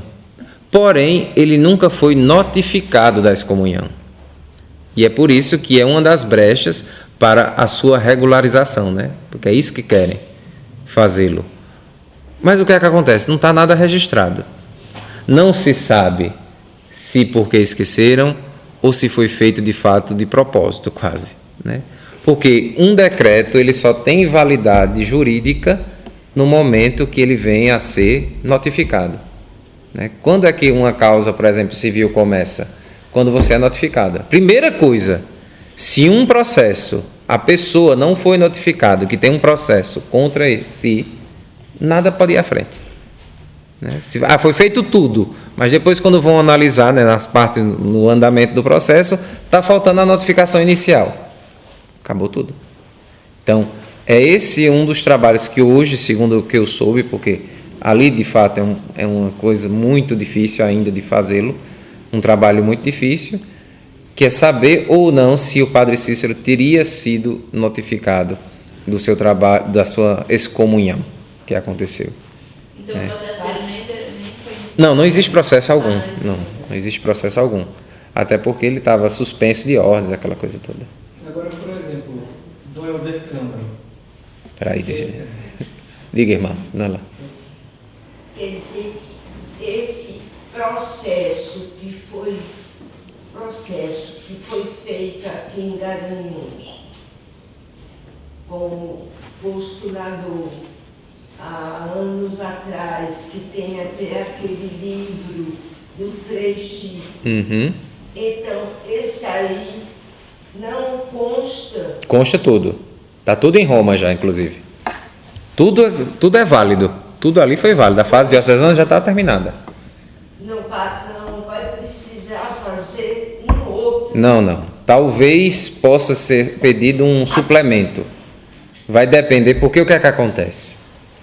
Existiam duas vias para alguém ser declarado beato ou santo. Ou o martírio, ou as virtudes heróicas. Só essas duas. A fama de Dom Expedito, eu comecei a falar, para mim, sobretudo nos escritos, é uma fama de martírio. Alguns não acreditam porque não existe um ódio à fé em modo claro, específico, de fato não tem. Mas até quando a gente pega os escritos do Papa Bento XIV, ele diz que o martírio é o ódio dirigido à fé ou alguma daquelas virtudes a ela anexa. Então, o ódio, nesse caso, não é a fé, mas é a justiça que o bispo representava. O bispo morreu por ser justo, por fazer cumprir. E veja, eu até dizia isso a semana passada, no caso dele se assemelha muito até a São José. São José é o único personagem bíblico que é atribuído o adjetivo de homem justo. Mas é interessante que São José, e o que é a justiça? É aquele que pratica a vontade de Deus. E São José era justo, entre aspas, por não fazer a vontade de Deus, porque no momento em que ele percebe que Maria está grávida, mas sabia também que não era seu filho, o que é que ele faz? Dá no pé. Para cumprir a lei de Deus, aquilo que estava escrito, o que era que ele devia fazer? Denunciá-la. Mas ele prefere assumir a culpa, porque no momento que ele foge, ele assume a culpa para si. Não era culpa dela, que teria cometido o erro de ter relações antes da segunda parte do matrimônio, né? Porque ela já estava prometida em casamento, faltava a celebração. Eram duas partes o casamento judeu naquela época. Então ele assume a culpa, ele foge, ou ele iria fugir para assumir a culpa, porque ele tinha certeza, ainda que ele não entendesse nada, que Maria seria incapaz de traí-lo. Mas aí é quando ele recebe a visita do anjo. Dom Expedito, ele conhecia todos os fatos, que muita coisa a gente só veio conhecer mais recentemente. As cartas, sem as cartas, a gente só fica com a fala do Padre Osana. E aí, muitas vezes, cai-se naquele perigo de inverter os fatos e a vítima se torna agressor. O bispo intransigente, né? Canonista, que veio de Roma, que era um doutor da lei, que veio para impor a sua vontade, e que o padre, coitadinho, que não suportou e por conta disso tirou a sua vida num ato, né, de impaciência, de intransigência e tantas coisas. Então, é essa versão que muitas vezes é passada, ainda nos dias atuais. Esse tipo de coisa que a gente tem que, ainda que o processo não venha a ter bom êxito, que eu acredito com a graça de Deus não será isso, mas nós precisamos, por sinceridade histórica a Dom Expedito, resgatar para que seja restabelecida a verdade. E a verdade é que Dom Expedito tinha todas as possibilidades de excomungar o Padre Osana, de fazer muitas outras coisas. Mas ele guardou o silêncio e foi apenas pelas vias normais, como dizia Dom Paulo a semana passada. Né? Pelo caso da Quitéria, que habitava a casa paroquial e que não deveria, pela desobediência, ele segue todo o ínter, acompanhado não somente pela sua vontade e seu conhecimento de canonista, mas ele consultava sempre a Nunciatura Apostólica, e aí todo o passo a passo vai até o momento em que ele dá o decreto de suspensão e tirava o Padre Osana da paróquia, de onde ele nunca foi pároco. O Padre Osana sempre se arrogava o direito de não sair de Iquipapá porque era pároco, e na verdade ele nunca foi. Ele era vigário ecônomo de Iquipapá, na linguagem canônica de hoje, administrador paroquial. Ele não tinha estabilidade alguma para permanecer à frente da paróquia. Então, essa verdade dos fatos a gente tem que restabelecer. Mas eu creio que, nessas duas circunstâncias, caso a congregação, como já foi dito algumas vezes, não aceite a via do martírio, até um dos oficiais me disse, a gente pode tentar a nova via que foi instituída em 2017 pelo Papa Francisco, que é a da oferta da vida, né? Até diz aqui, eu baixei o que ele faz. A oferta da vida é um novo caso no processo de beatificação e canonização, que se diferencia do caso sobre o martírio e sobre as virtudes heróicas. Diz ele, a oferta da vida, para que seja válida e eficaz para a beatificação de um servo de Deus, deve responder aos seguintes critérios. Primeiro, a oferta livre e voluntária da vida e aceitação heróica propter caritatem de uma morte certa e prematura. Isso é certo. E Dom Expedito tinha muita consciência que a sua vida estava em risco. Osana, nós sabemos, Dom Paulo deixou isso muito bem claro, vocês têm a oportunidade, quem conhecer um pouco da vida, Padre Osana era um homem extremamente violento, desde sempre. Ele foi expulso de 5 colégios, quando era criança. Até entrar no seminário, até esfaquear um dos colegas. Então, era um homem de um temperamento péssimo, que sempre andava armado, que era muito violento no seu modo de lidar com as pessoas, né? Até o final da sua vida. Até o final da sua vida, em 1997, quando ele vem a ser, infelizmente, brutalmente assassinado. O final da vida do Padre Osana foi terrível. A morte dele, de fato, a pauladas, ele morreu, uma morte terrível. Mas o relacionamento dele com os vizinhos era um pior que o outro. Não se dava bem com ninguém. Tanto que viveu sozinho o resto da sua vida. Então, uma morte certa e prematura. Dom Expedito sabia bem dos riscos que corria até por conta do retiro do clero de 1956, quando teve a grande confusão e ele foi agredido pelo Padre Osana. Então, o segundo ponto, o nexo que deve existir entre a oferta da vida e a morte prematura. Existe. O bispo era 42 anos, não teria morrido de causas naturais naquele tempo. Morreu porque foi assassinado, até porque foram 3 tiros a queima-roupa, 2 no peito e 1 no braço. Exercício, pelo menos em um grau ordinário, já não pede nem um grau heróico, das virtudes cristãs, antes da oferta da vida e depois até a sua morte. Isso nós conhecemos. Existência de uma fama de santidade e de sinais, que é milagres, pelo menos depois da morte, que existe. Todos aqueles milagres que foram contados aqui, a gente até disse, infelizmente para a causa não valem, entre aspas, mas se não existirem essa fama de sinais, também não é que pode dar início à causa, isso é que também é exigido. Agora, claro, para a canonização, infelizmente, deve ser depois do decreto de venerável. A necessidade de um milagre, como para as virtudes heróicas, para a beatificação, que ocorra depois da morte do servo de Deus e por sua intercessão. Tem que dizer o nexo. O milagre não é, fulano ali, a gente soube que fulano ficou bom de uma coisa, vamos dizer que foi por intercessão. Não. Tem que existir um nexo. Tem que existir a pessoa que pediu. Sempre tem aquela pessoa que foi rezar e disse, naquele momento estava acontecendo isso, e eu rezei com muita fé a Dom Expedito Lopes e aquilo aconteceu. Então, o suplemento que podemos pedir à Santa Sé é que alguma coisa para podermos mudar, inclusive, o título da causa. O título que está lá, o pedido é para as virtudes heróicas. Podemos, de fato, em conversas com os oficiais da congregação, fazer esse pedido para que seja modificado para a oferta da vida, já que existe a morte. Certa, porque ele sabia dos riscos, repito, e foi prematura. Foi pelo seu, de fato, ofício bem vivido. Porque eu ainda insisto, ainda vou insistir até onde eu puder, na via do martírio. Porque foi... Irmã Lúcia, Irmã Lúcia, como foi que ela foi canonizada? Porque ela não tem muito pouco do martírio. não teve a oferta da vida porque não foi uma morte precoce. E as atitudes heróicas não entram. Como aconteceu isso? Veja, nas virtudes heróicas, dizer que não entra é um pouco, até porque a caridade, ela viveu em grau de heróico, né?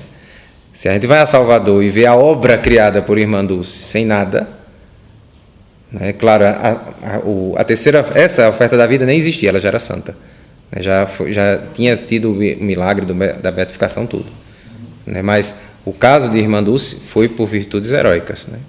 Porque, claro, que existe uma virtude que se sobrepõe a todas as outras, mas a pessoa tem que ter uma vivência de todas as virtudes, né? Porque ela vivia aquela caridade por conta da fé, né? A fé, a esperança e a caridade, essas três virtudes têm que estar de fato vividas em grau heróico. E quando você assiste, por exemplo, aquele vídeo, né, sobre a vida de Irmã Dulce, tudo aquilo foi baseado nos testemunhos, né? Por exemplo, quando ela vai lá na feira recolher os alimentos, e quando ela pede que o homem cospe na mão dela, ela diz, pronto, isso aqui é meu, agora me dê o que eu vim buscar dos meus pobres. Então, são muitos os testemunhos de virtudes em grau heróico vivida por Irmã Dulce. Isso aí, com certeza, absoluta. É tanto que se chegava muito a fazer a comparação entre ela e Madre Teresa de Calcutá, né? Madre Teresa é outra, né? Que botava também a oferta da vida também em Madre Teresa, podia ter sido essa, mas foi pelas virtudes. Por quê? Porque ela vivia com os leprosários, tudo aquilo, ela colocava em risco também a sua vida, né, para cuidar daquelas pessoas. E nunca teve um problema na causa de Madre Teresa por conta de alguns de seus escritos e uma grave crise de fé que ela teve, mas depois analisando são coisas corriqueiras que podem acontecer na vida de qualquer pessoa. Isso, Cristiano. Você falou a respeito da Santa Sé, né? Uma causa, se por acaso ela resolveu dizer assim que realmente não tem como colocar para frente, essa causa ela é extinta mesmo, não pode reabrir novamente ou ela pode voltar em qualquer outro ano alguém reabrir essa causa novamente? Guarde, depende sempre da motivação. Se algo gravíssimo, é melhor que se extinga a causa, até porque algumas vezes a coisa é tão grave que é melhor que não venha a público os motivos. Mas é evidente que a Santa Sé não vai impedir o prosseguimento de uma causa por nada, né? Por uma bobagem. Até porque ela não conhece. Se por acaso alguém chegar a ser nomeado santo, de fato, a Santa Sé também pode investigar e tirar isso aí de ninguém também?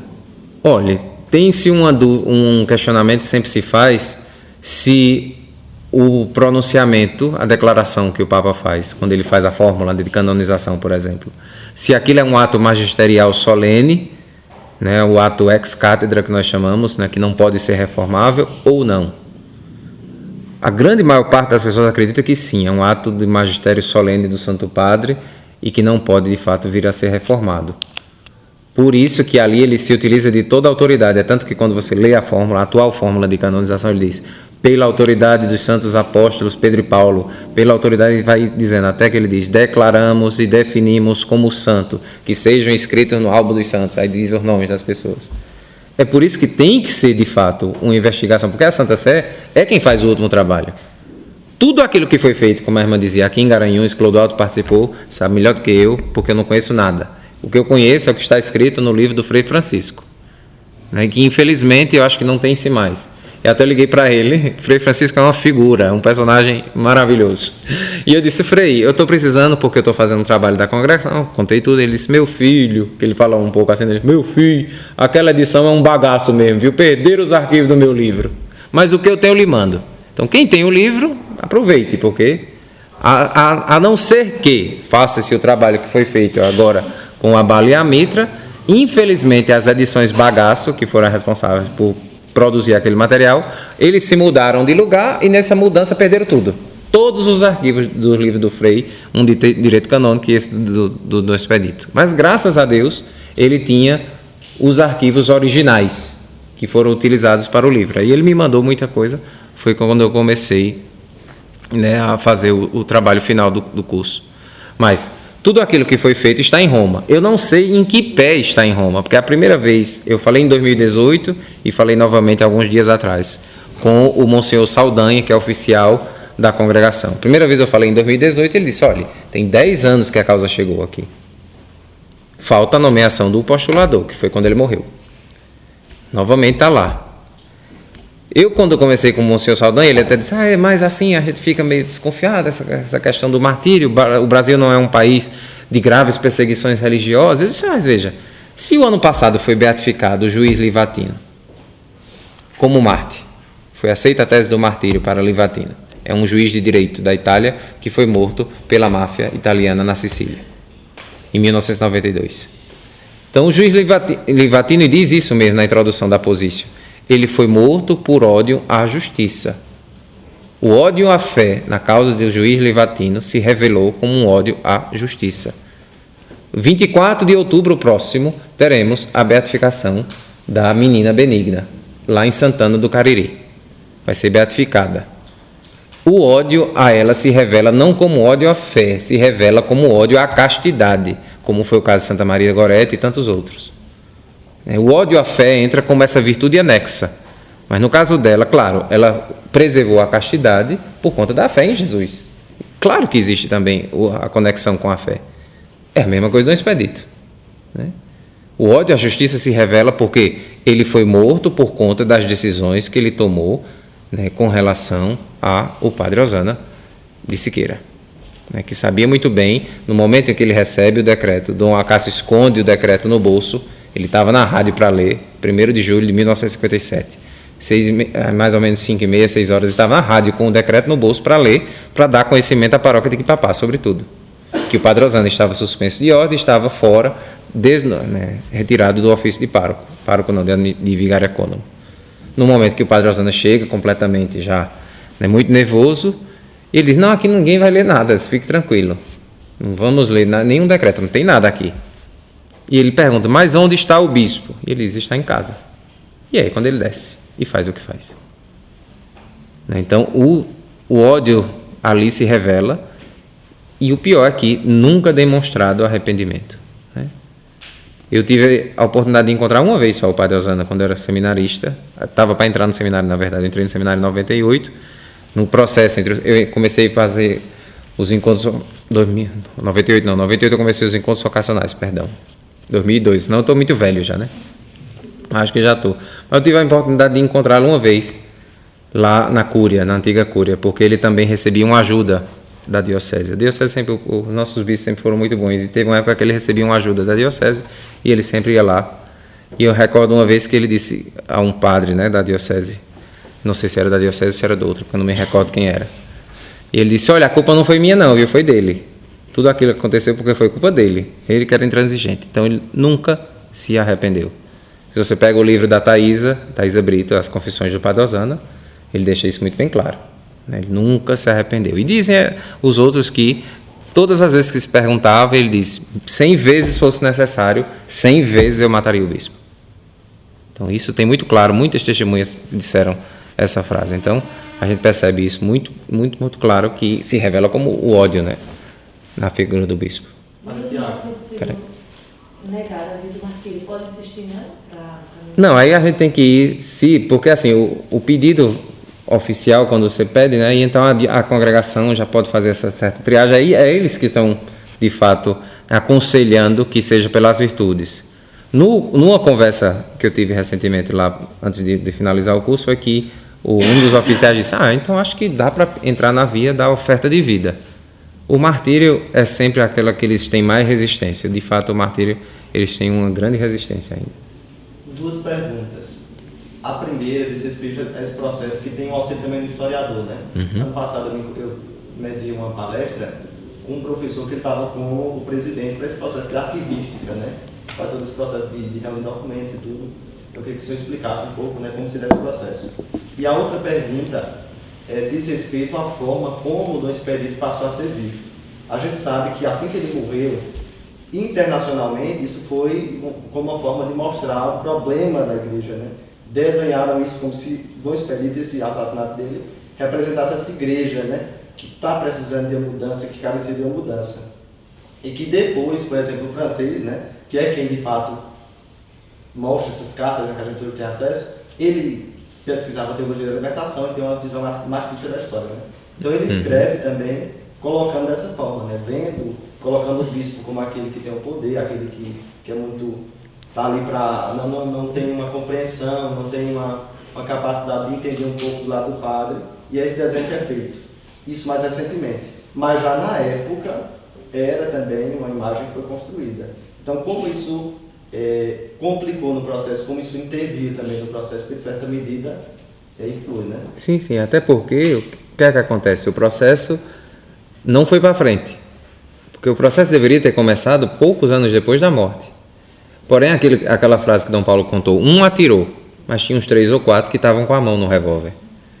Se você pega o livro do Frei, eu acho que a expressão que ele usa é que existia, infelizmente, naquela época, entre alguns membros do clero da nossa diocese, uma certa confraria do mal. Porque tinham algumas outras figuras que eram párocos ali no redor, sobretudo o setor antigo leste da diocese eram os mais difíceis. Se você pega na época o padre de Panelas, Iquipapá e Canhotinho, era uma tríade, né, barra pesada. Né? Todos eles viviam em modo irregular, viviam com concubinato e todas as outras coisas. O Canhotinho foi o penúltimo, né? Que ele conseguiu resolver a situação. Acho que é Padre Antônio, né? E Padre Arthur em Panelas. Então são situações muito difíceis que se vivia naquela época, tanto que fizeram o possível para que ali mesmo o processo acabasse. Não obstante o clamor popular, não obstante tudo aquilo que acontecia na época, o processo não andou. Mesmo tendo pessoas que conviveram muito bem, que tinham quantas testemunhas oculares dos fatos, das situações, mas muitas delas também não conheciam a fundo aquilo que estava acontecendo. Por exemplo, o próprio Dom Acácio, que era um dos braços direitos de Dom Expedito no governo da diocese, eu não sei, mas eu creio que nem ele tinha o conhecimento das cartas que o Dom Expedito trocou, né, com o padre Rodolfo e com a Maria José. Porque o Dom Expedito seguiu por outras vias, para evitar, como foi o pedido específico da Maria José, deixar claro o que estava acontecendo, né, que era aquilo que ela vinha relatando nas cartas. Então, infelizmente, essa visão que se passou para a história. Osana estava vivo. Ele foi absolvido 2 vezes. Foram 3 julgamentos, até ele ser condenado. Mas o primeiro ele foi absolvido. O segundo, eu creio que ele pegou pouquíssimo tempo de prisão. Conseguiram anular os 2, por erros técnicos de julgamento, graças a Deus. Depois, no terceiro, é que ele vem a ser condenado. Né? Então, só para perceber como, sobretudo, essa ideia foi capaz de modificar o pensamento naquela época e ainda hoje. Ainda hoje tem muitas pessoas que não conhecem a versão do Padre Osana e não sabem da grandiosidade, e é por isso que eu repito, nós temos uma missão, sobretudo nós, Diocese de Garanhuns, ainda que o processo não tenha um bom êxito, nós temos um dever de resgatar a memória deste grande homem que conduziu a nossa diocese. A Diocese de Garanhuns, graças a Deus, ao longo da sua história centenária, teve grandes bispos de uma notoriedade tremenda. Por exemplo, Dom Expedito Lopes, não precisa nem a gente falar, mas o terceiro bispo de Garanhuns, por exemplo, Dom Mário de Miranda Vilas Boas, um dos grandes bispos da história da igreja no Brasil, né? Foi bispo daqui de Garanhuns, depois foi bispo em Belém do Pará, foi nomeado arcebispo coadjutor de São Salvador, na Bahia, por problemas outros que não vêm ao caso, infelizmente veio a ser transferido. Ele tinha direito à sucessão, teria sido o primaz do Brasil, mas foi transferido para João Pessoa, e lá, pouco tempo depois, ele passou pouquíssimo tempo em João Pessoa, teve diversos problemas, né, naquela época, renunciou à diocese e morreu pouco tempo depois. Mas morreu muito jovem, morreu com 60 e poucos anos. Mas foi um dos grandes bispos da nossa história. E tantos outros, né? O Dom Adelino Dantas, que é lá do Rio Grande do Norte, que morreu também em fama de santidade, não aqui na diocese, mas lá no Rio Grande do Norte, onde ele está sepultado. Ele foi bispo de Caicó, bispo de Garanhuns, depois eu creio que foi para Rio Barbosa. Lá morreu, mas quando renunciou, mas voltou para Carnaúba dos Dantas, né? O lugar onde ele nasceu, e está sepultado na Igreja Nossa Senhora do Perpétuo Socorro. Então são diversos bispos, cada um com sua contribuição, cada qual em seu momento histórico, né? Desde Dom Moura até Dom Paulo Jackson. E aí, graças a Deus, nós temos que recuperar, sobretudo, e conhecer bem, para melhor amar, né, essa igreja diocesana na qual todos nós participamos. Mas a convenção histórica, o bispo, quando é quem nomeia, é claro, ele tem que nomear pessoas que tenham formação específica em história e arquivística, né, porque não adianta nomear qualquer pessoa, até porque é necessário dar garantias da fidelidade dos documentos, que não são documentos que foram adulterados, que os documentos são originais, que todas essas coisas que quem tem a competência, a formação própria podem dizer e analisar, até porque não pode pegar qualquer tipo de documento e dizer, olha, isso aqui é para colocar no processo. Não, as coisas têm que ser aqui, a qual arquivo pertence, onde foi escrito, em qual época foi escrita. E toda essa análise é a comissão histórica que tem que fazê-la. Mas Paulo Vitor tinha feito uma pergunta sobre Dom Helder. Vamos ver, a bomba. Não, era... Porque assim, diferente de Padre Cícero, que não tem processo, Dom Helder tem processo. Uhum. E o senhor até falou depois que teve um pequeno problema, né, no processo da Madre Teresa de Calcutá por causa de algo que ela tinha escrevido. E assim, longe de mim, né, fazer juízo, mas que ele tem certas posturas e envolveu-se com algumas coisas que não são exatamente, né, o que seria a igreja, ipso facto, né? Mas será que isso não complicaria o processo dele, já que tem que passar um pente fino, né, em tudo que... É esse processo que está sendo feito, né? Chegou tudo agora. Mês passado foi enviado um monte de documentação, tudo aquilo que faz parte da documentação histórica do Dom Helder foi enviada, né, já para a Santa Sé para análise. É claro que Dom Helder é uma das figuras mais incompreendidas dos nossos tempos, porque uma coisa é Dom Helder e outra coisa é o que dizem dele. Uma coisa é Dom Helder, outra coisa é o que muitos dos seus discípulos fizeram daquilo que era ensinado. Dom Helder era um dos homens, e a gente precisa conhecer melhor também Dom Helder, porque o problema é que se manipula a pessoa, né? Se puxa de um lado, se puxa de um outro, se diz que é o Bispo Vermelho. João Paulo II, quando aqui esteve, que desceu, ele foi quase às escondidas, né, na primeira visita de João Paulo II, quando ele vai ao Recife, ele se dirige a Dom Helder como meu irmão e irmão dos pobres, né? Dom Helder morava lá na Igreja das Fronteiras, num quartinho que tem atrás da Igreja das Fronteiras, nunca tirou a sua batina. Era um homem que, símbolo de uma teologia daquela época da libertação, mas na batina nunca tirou. Era um homem que não tinha nem nada, era um homem extremamente pobre. Ele não tinha nem carro, ele andava em Recife de carona. Agora, como era muito conhecido, bastava ele botar o pé fora da Igreja das Fronteiras, era quase que 1000 carros ao mesmo tempo, perguntando para onde ele ia para levá-lo. E é assim que ele visitou toda a arquidiocese. Era dessa forma. Era um homem que várias e várias vezes foi encontrado dormindo embaixo do altar. 2, 3 horas da manhã o encontrava rezando debaixo do altar. De uma vida de oração intensa. Esse Dom Helder, orante, místico, quando você o escuta, não se propaga. Se propaga somente aquelas dos discursos mais, sobretudo naquele período da ditadura militar, de afronta, quando ele não pôde mais falar no Brasil, ele rodou o mundo. Aí ele falava, os maiores discursos em Dom Helder são feitos em outras línguas, não são feitos em português. Ele ia lá fora e denunciava tudo aquilo que estava acontecendo de fato aqui no Brasil. Mas esse trabalho é a congregação que terá que fazê-lo, né? Essa distinção já foi feita, eu não sei a que ponto anda, que são a causa de Dom Helder, a causa de Frei Damião, a causa de Dom Vital. São essas 3 causas ativas atualmente, e a causa da irmã Adélia, na Arquidiocese de Olinda e Recife. São 4 causas. A mais antiga, como nós sabemos, Dom Vital, um dos grandes bispos da história do Brasil, né, e essas 3 que são um pouco mais recentes. Frei Damião já é venerável. Frei Damião, acho que rapidinho nós vamos ver a beatificação, porque creio que já foi aprovado, o estudo do milagre já está praticamente pronto. Então ele já recebeu a confirmação das virtudes heróicas, e aí agora está aguardando só os milagres. Mas eu creio que o primeiro já deve ter sido aprovado. Eu quero parabenizá-lo pela sua palestra. Aprendi muita coisa, que realmente esse capítulo praticamente eu não toco no meu livro. E certas expressões que eu achei muito ricas e que eu decorei. Por exemplo, a oferta da vida. Eu me lembro, em determinado momento, que o senhor referiu aí, no mosteiro, por conta do retiro, quando o Padre Osana praticamente agrediu no expedito, que ele diz assim: você veio me matar? Me mate.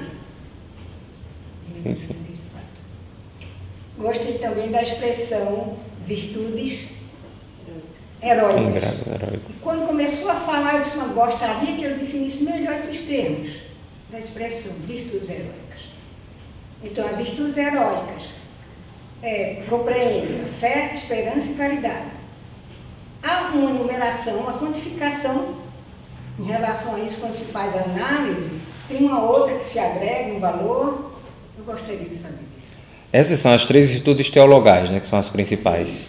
E aí tem todas as outras virtudes, aquela lista que São Paulo até faz, né, a prudência, a mansidão, a temperança e todas essas coisas. O que se pede da virtude heróica é que ela seja acima do grau ordinário, né, e não seja apenas em um ponto específico da vida. Tem que existir uma certa, né, é uma pessoa que fez da sua vida aquela virtude, né, seja ela de uma forma e com exemplos práticos. Quando alguém vai, é a parte mais difícil. O processo mais difícil de conduzir é o processo das virtudes. Porque quando você faz a pergunta, a pessoa que está lá dando testemunho não sabe nem entender, ela não sabe nem com o que é que ela deve se referir. Diz, não, aquela pessoa era muito boa, eu me lembro dela fazendo isso, aquilo outro. Sim, mas isso é ordinário. Isso é o modo ordinário, entre aspas, de viver as virtudes. E não é só isso, a gente quer o grau heróico. E é esse que muitas vezes é difícil. A gente está acompanhando, eu não faço parte do tribunal, mas tem um amigo meu que fizemos, estudamos juntos, e lá tem um dos frades do convento que eu trabalho, que ele está no processo. E a via das virtudes. E o promotor de justiça, naquilo que a gente pode comentar juntos, ele diz, olha, a coisa mais difícil é as pessoas entenderem as perguntas.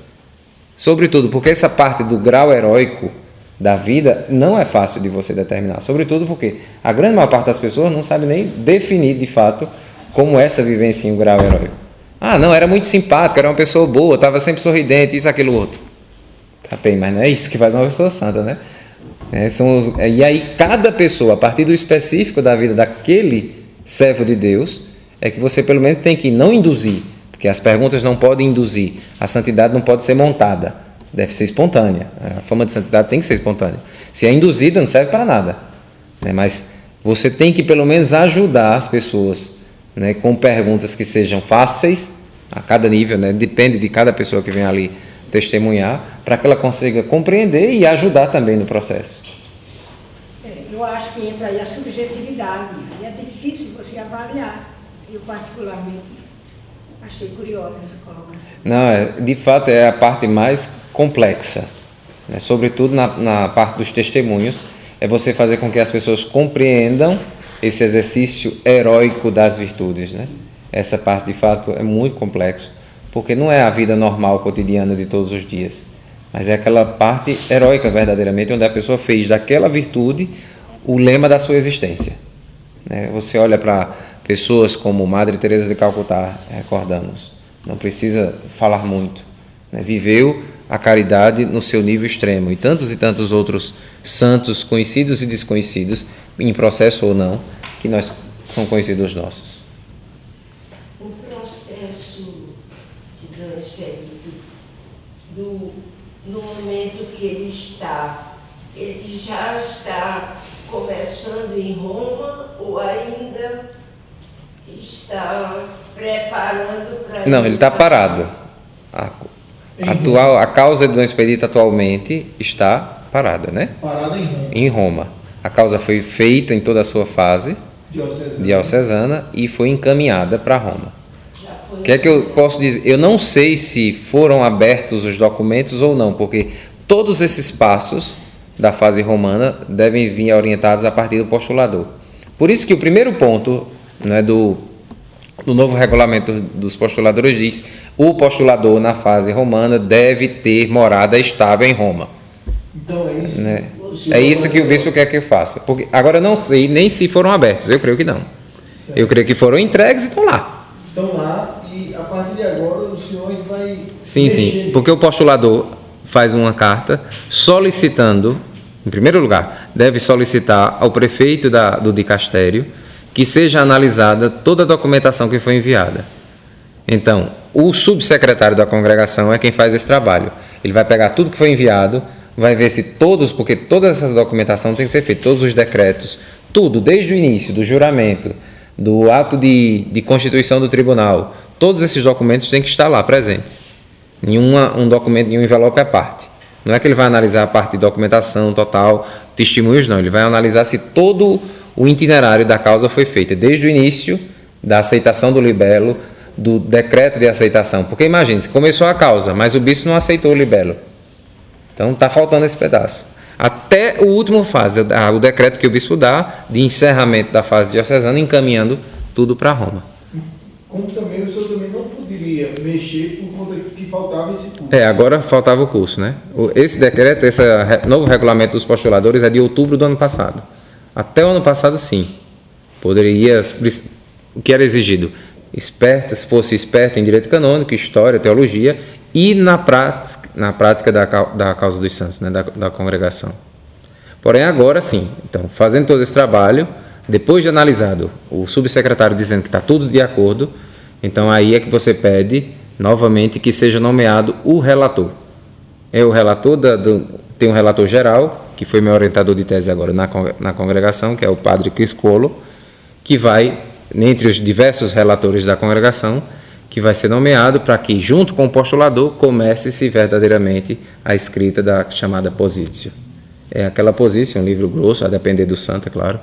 Tem santos que são enormes, tem santos que são bem menos, depende. Você vai escrever a partir dos testemunhos, dos relatos, dos documentos, né? Tem o índice, um summorum documentorum, um summorum das testemunhas e tudo isso você vai apresentar, porque depois aquele documento preparado vai ser analisado pelas duas comissões, a histórica e a comissão teológica, até chegar no Papa, que é quem dá a palavra final. Esse tribunal que o bispo nomeia é só feito com o clero? Não. Os notários, os copistas ou fotocopistas, que antigamente era copista que era feita à mão, mas hoje tem que fazer a cópia, né? A cópia conforme, porque você faz o original e o original fica, são duas cópias conformes.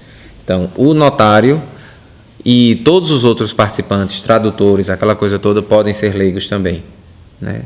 Mesmo, por exemplo, o fotocopista, não é que precisa nem ser católico. Ele tem que fazer o juramento, mas ele não precisa ser católico. Ele precisa ser uma pessoa digna, né, íntegra, para que possa trabalhar. Agora, o delegado episcopal e o promotor de justiça, sim. Esses têm que ser padres. Esses sim. Mas é isso, aquilo que a irmã perguntava. Infelizmente, a situação atual muitas vezes a gente acha, muito longe, né? Tem causas, por exemplo, o Papa fez uma canonização, acho que foi dia 15 de maio, né? A última série de canonizações que o Papa fez. Tinha gente ali, 1800 e alguma coisa, causas antiquíssimas, porque tem que se esperar também o milagre, né? Tinham muitos beatos, que todos eram beatos, foi a canonização, todos eram beatos, e muitos outros papas, João 23 tinha feito a beatificação, tantos outros papas. Né? Então não tem... O tempo é de Deus, né? Não é o nosso, é claro.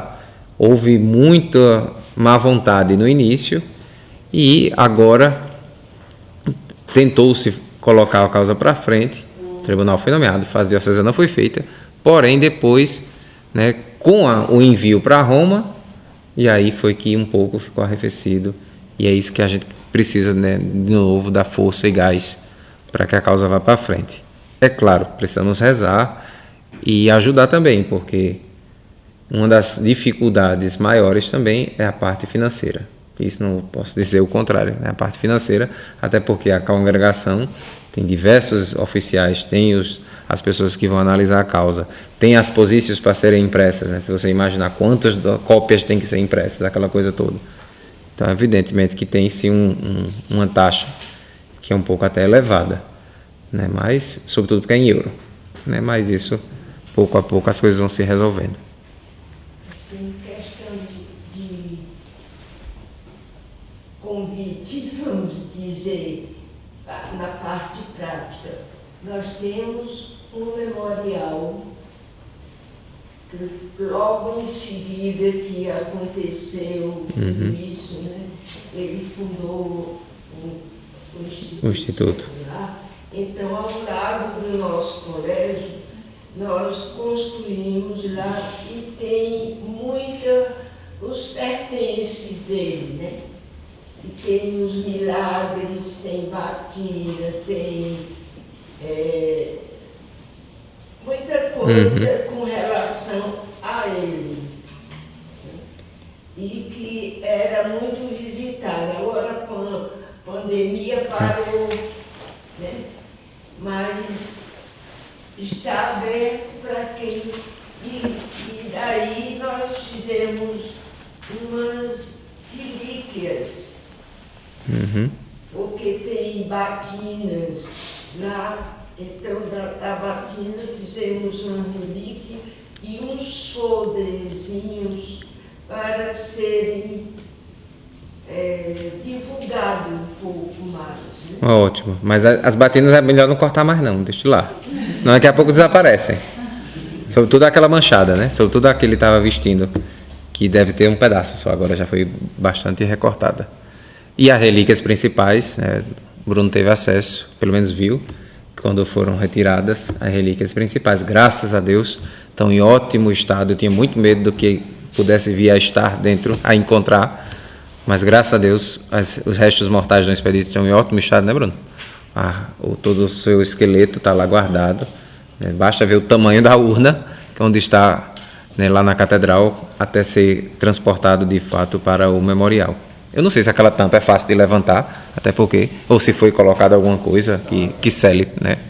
Até porque isso é um cuidado, porque infelizmente, não tanto aqui no Brasil, mas na Itália, onde tem muitos corpos de santos, o roubo de relíquias sempre foi algo muito presente, né, na história da igreja. Então a gente tem que ter algo muito cuidado, porque se é uma tampa fácil, evidentemente. Ô padre, o senhor continua em Roma até a finalização do... Existe a possibilidade de um novo bispo não ter interesse na causa e mandar o senhor? Olha, em Roma eu fico necessariamente até o final do doutorado, que seria até o ano que vem. Então, o Frei que está acompanhando algumas causas dessas de Pernambuco, e está lá para fazer esse processo agora, da causa dos santos, o curso, porque sem o curso ele não pode ser apostolador, das fases romanas. Então, chegando em Roma, a gente vai combinar alguma coisa, porque ele tem muita coisa escrita, não sei, baseado em quê, né? Porque a documentação ou está aqui no arquivo e não pode ser mexida, ou está em Roma. Ele me disse que já escreveu algumas coisas, eu não sei baseado em que ele escreveu também, que é o Frei Josiel, mas assim que chegarmos em Roma, que eu chegar em Roma em outubro, porque eu vou trabalhar ainda nos outros 2 meses, então é que eu vou entrar em contato com ele para que a gente possa conversar, ver. O bispo disse que já vai me dar o decreto de nomeação para apostolador da fase romana, para que a gente possa começar, de fato, colocar a causa para andar. Então, pelo menos por 1 ano eu estarei em Roma, não sei o que dará para fazer. Até porque a estabilidade em Roma pode ser dispensada em casos específicos. Até hoje é muito mais fácil, não é tanta dificuldade. É caro, mas é muito mais facilidade você ir a Roma, não é como em tempos passados, né? Então, mesmo não morando em Roma, a congregação algumas vezes pode ver, a depender do caminhar do trabalho. Então, claro, eu tenho uma tese de um lado e a posição do outro, né? Então, agora eu tenho que equilibrar, porque o doutorado, esse sim, eu tenho que terminar até o ano que vem. Agora, claro, mudando de bispo, tudo, as coisas, porque eu creio que o autor da causa é a diocese. Então, quem pede de fato a beatificação é a diocese. Claro, o bispo é o grande animador, não tem outra pessoa. Mas nós, clero, nós leigos, vocês da confraria têm esse dever, sim, de tornar conhecida. Isso aí, agora eu estou indo celebrar em diversas paróquias. Em todas as paróquias que eu passei, eu falei da causa, falei do dia 2, do memorial que será aberto, essa coisa toda. Porque nós precisamos, de fato, né, recobrar as pessoas, né, rememorar, né, não só o fato histórico da morte de Dom Expedito, mas também a sua fama de santidade. Isso é importantíssimo. Há ainda muitos vazios na história.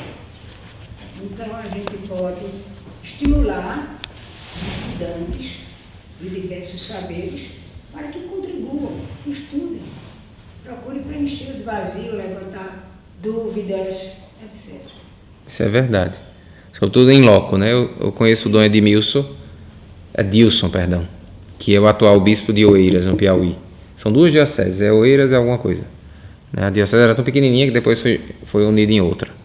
Então, ele também fica muito feliz com essa possibilidade. Dom Vasconcelos, que é nosso, daqui de Garanhuns, que é o atual bispo de Sobral, que é onde Dom Expedito nasceu. A diocese de Sobral tem diversos servos de Deus também, tem o Padre Biapina, tem o Dom Expedito Lopes, tem outros servos de Deus que ali passaram. Então, nós precisamos, e o Papa Francisco diz isso, a riqueza de um país, da fé de um país, de um povo, é a santidade dos seus membros. Não pode o maior país católico do mundo, ainda que haja controvérsias nessa afirmação, ter tão poucos santos, né? São pouquíssimos. Diante da população, diante da nossa história, ainda que 500 anos, mas ainda nós precisamos crescer muito nisso. E muitas vezes o processo é que não permite que muitos outros possam chegar às honras dos altares por conta das dificuldades, sejam elas de encontrar pessoas capacitadas para conduzir o processo, seja por questões também, infelizmente, financeiras, que nós não vamos dizer que não é importante, porque é. E também isso também conta muito. Então, precisamos de fato rezar para que a vontade de Deus se realize. Amém?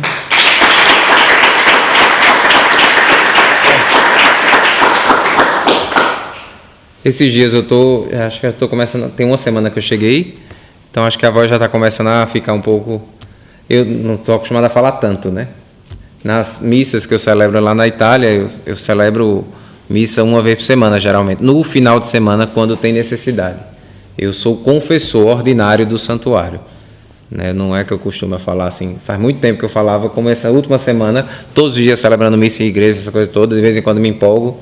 Teve uma missa que a pessoa se empolga, fala um pouco mais, dá muito mais ênfase, e é claro, a garganta, depois de 2 anos, praticamente sem falar com tanta facilidade, é claro, ela já está dando alguns sinais de que preciso dar uma cuidada, tomar alguma coisa, uma pastilha, qualquer coisa. Mas eu agradeço o convite, estarei sempre disponível, ainda que não presente fisicamente, mas mesmo quando voltar, para dar algumas informações, para mantê-los atualizados sobre aquilo que está acontecendo. Infelizmente eu não estarei no dia 2, que vai ser agora, não 2 de julho, esse sim estarei na missa na Catedral e também no lançamento do livro, mas no dia 2 de agosto, né, que é o aniversário da Diocese, será a inauguração do memorial lá na Catedral, né, não só onde serão depositadas as relíquias de Dom Expedito, os restos mortais, mas dos nossos outros bispos, né, que temos aqui sepultados. Alguns outros estão sepultados fora, porque foram transferidos. A Diocese de Garanhuns tem essa característica de grandes, a maior parte dos bispos foram transferidos, por isso que nós não temos tantos. Né? Então, os que aqui temos são aqueles que começaram bispos de Garanhuns e aqui terminaram o seu ofício, não sendo transferido para uma outra diocese, que não é algo que acontece. Né? Nos últimos bispos que tivemos, à exceção de Dom Tiago, que também era holandês, veio como padre aqui para a diocese, né? Era fideidono, missionário, então renunciou em 95, veio a falecer em 2002 e é o último bispo que está sepultado. Né? Depois veio o Dom Irineu Roqueschere, foi transferido para Joinville, Dom Fernando Guimarães foi para o ordinariato militar, Dom Paulo, sabe Deus, não podemos acreditar que Dom Paulo vai ficar o resto do seu ministério episcopal em Garanhuns, seria ilusão, não vai. Dom Paulo tem 50 e poucos anos, ele tem até 75, não vai ficar somente em Garanhuns, isso não precisa a gente estar antecipando nada, nem estou querendo que o meu bispo diocesano vá embora, porém, precisamos ser realistas, é um bom bispo, é um bispo de muita formação, de competências muitas, então, com certeza, não teremos Dom Paulo por muitos e muitos anos aqui à frente da diocese, isso é muito claro, então, é rezarmos para aquilo que ele dizia, né? Que no futuro, caso alguma coisa venha a acontecer, o próximo bispo conheça a história, se apaixone também pela história, se entusiasme pela história, e isso é função nossa. A primeira notícia que o Dom Irineu soube, quando foi nomeado para Garanhuns, não sabia nem onde era. Se era Garanhuns, ele perguntou, mas é no Brasil? Não sabia nem para onde ficava, coitado do Irineu. Imagine, lá do Paraná, Garanhuns. Gente, quando recebeu o telefonema do Núncio Apostólico. Depois, quando ele foi comentar, quando já se podia dizer que ele tinha sido nomeado bispo de Garanhuns, a primeira notícia que ele recebeu da diocese, eu acho que eu já ouvi falar de Garanhuns, acho que foi a diocese onde o padre matou o bispo. Foi a primeira notícia que o coitado recebeu antes de chegar aqui. Então, não é somente onde o padre matou o bispo, né? Tem uma história por detrás e isso a gente precisa recuperar. Até porque a nossa diocese tem muito mais cenas belas que devem ser conhecidas por outras pessoas. Tá bem? Muito obrigado. Boa noite a todos. Vamos rezar uma Ave Maria e pedir a bênção de Deus para que Ele nos ajude sempre a fazer a sua santa e divina vontade. Ave Maria, cheia de graça, o Senhor é convosco. Bendita sois vós entre as mulheres, bendito é o fruto do vosso ventre, Jesus. Santa Maria, Mãe de Deus, rogai por nós, pecadores, agora e na hora de nossa morte. O Senhor esteja convosco. Ele está no meio de nós. Abençoe-vos o Deus Todo-Poderoso, o Pai, Filho e Espírito Santo. Amém. Vamos em paz e o Senhor sempre nos acompanha. Graças a Deus.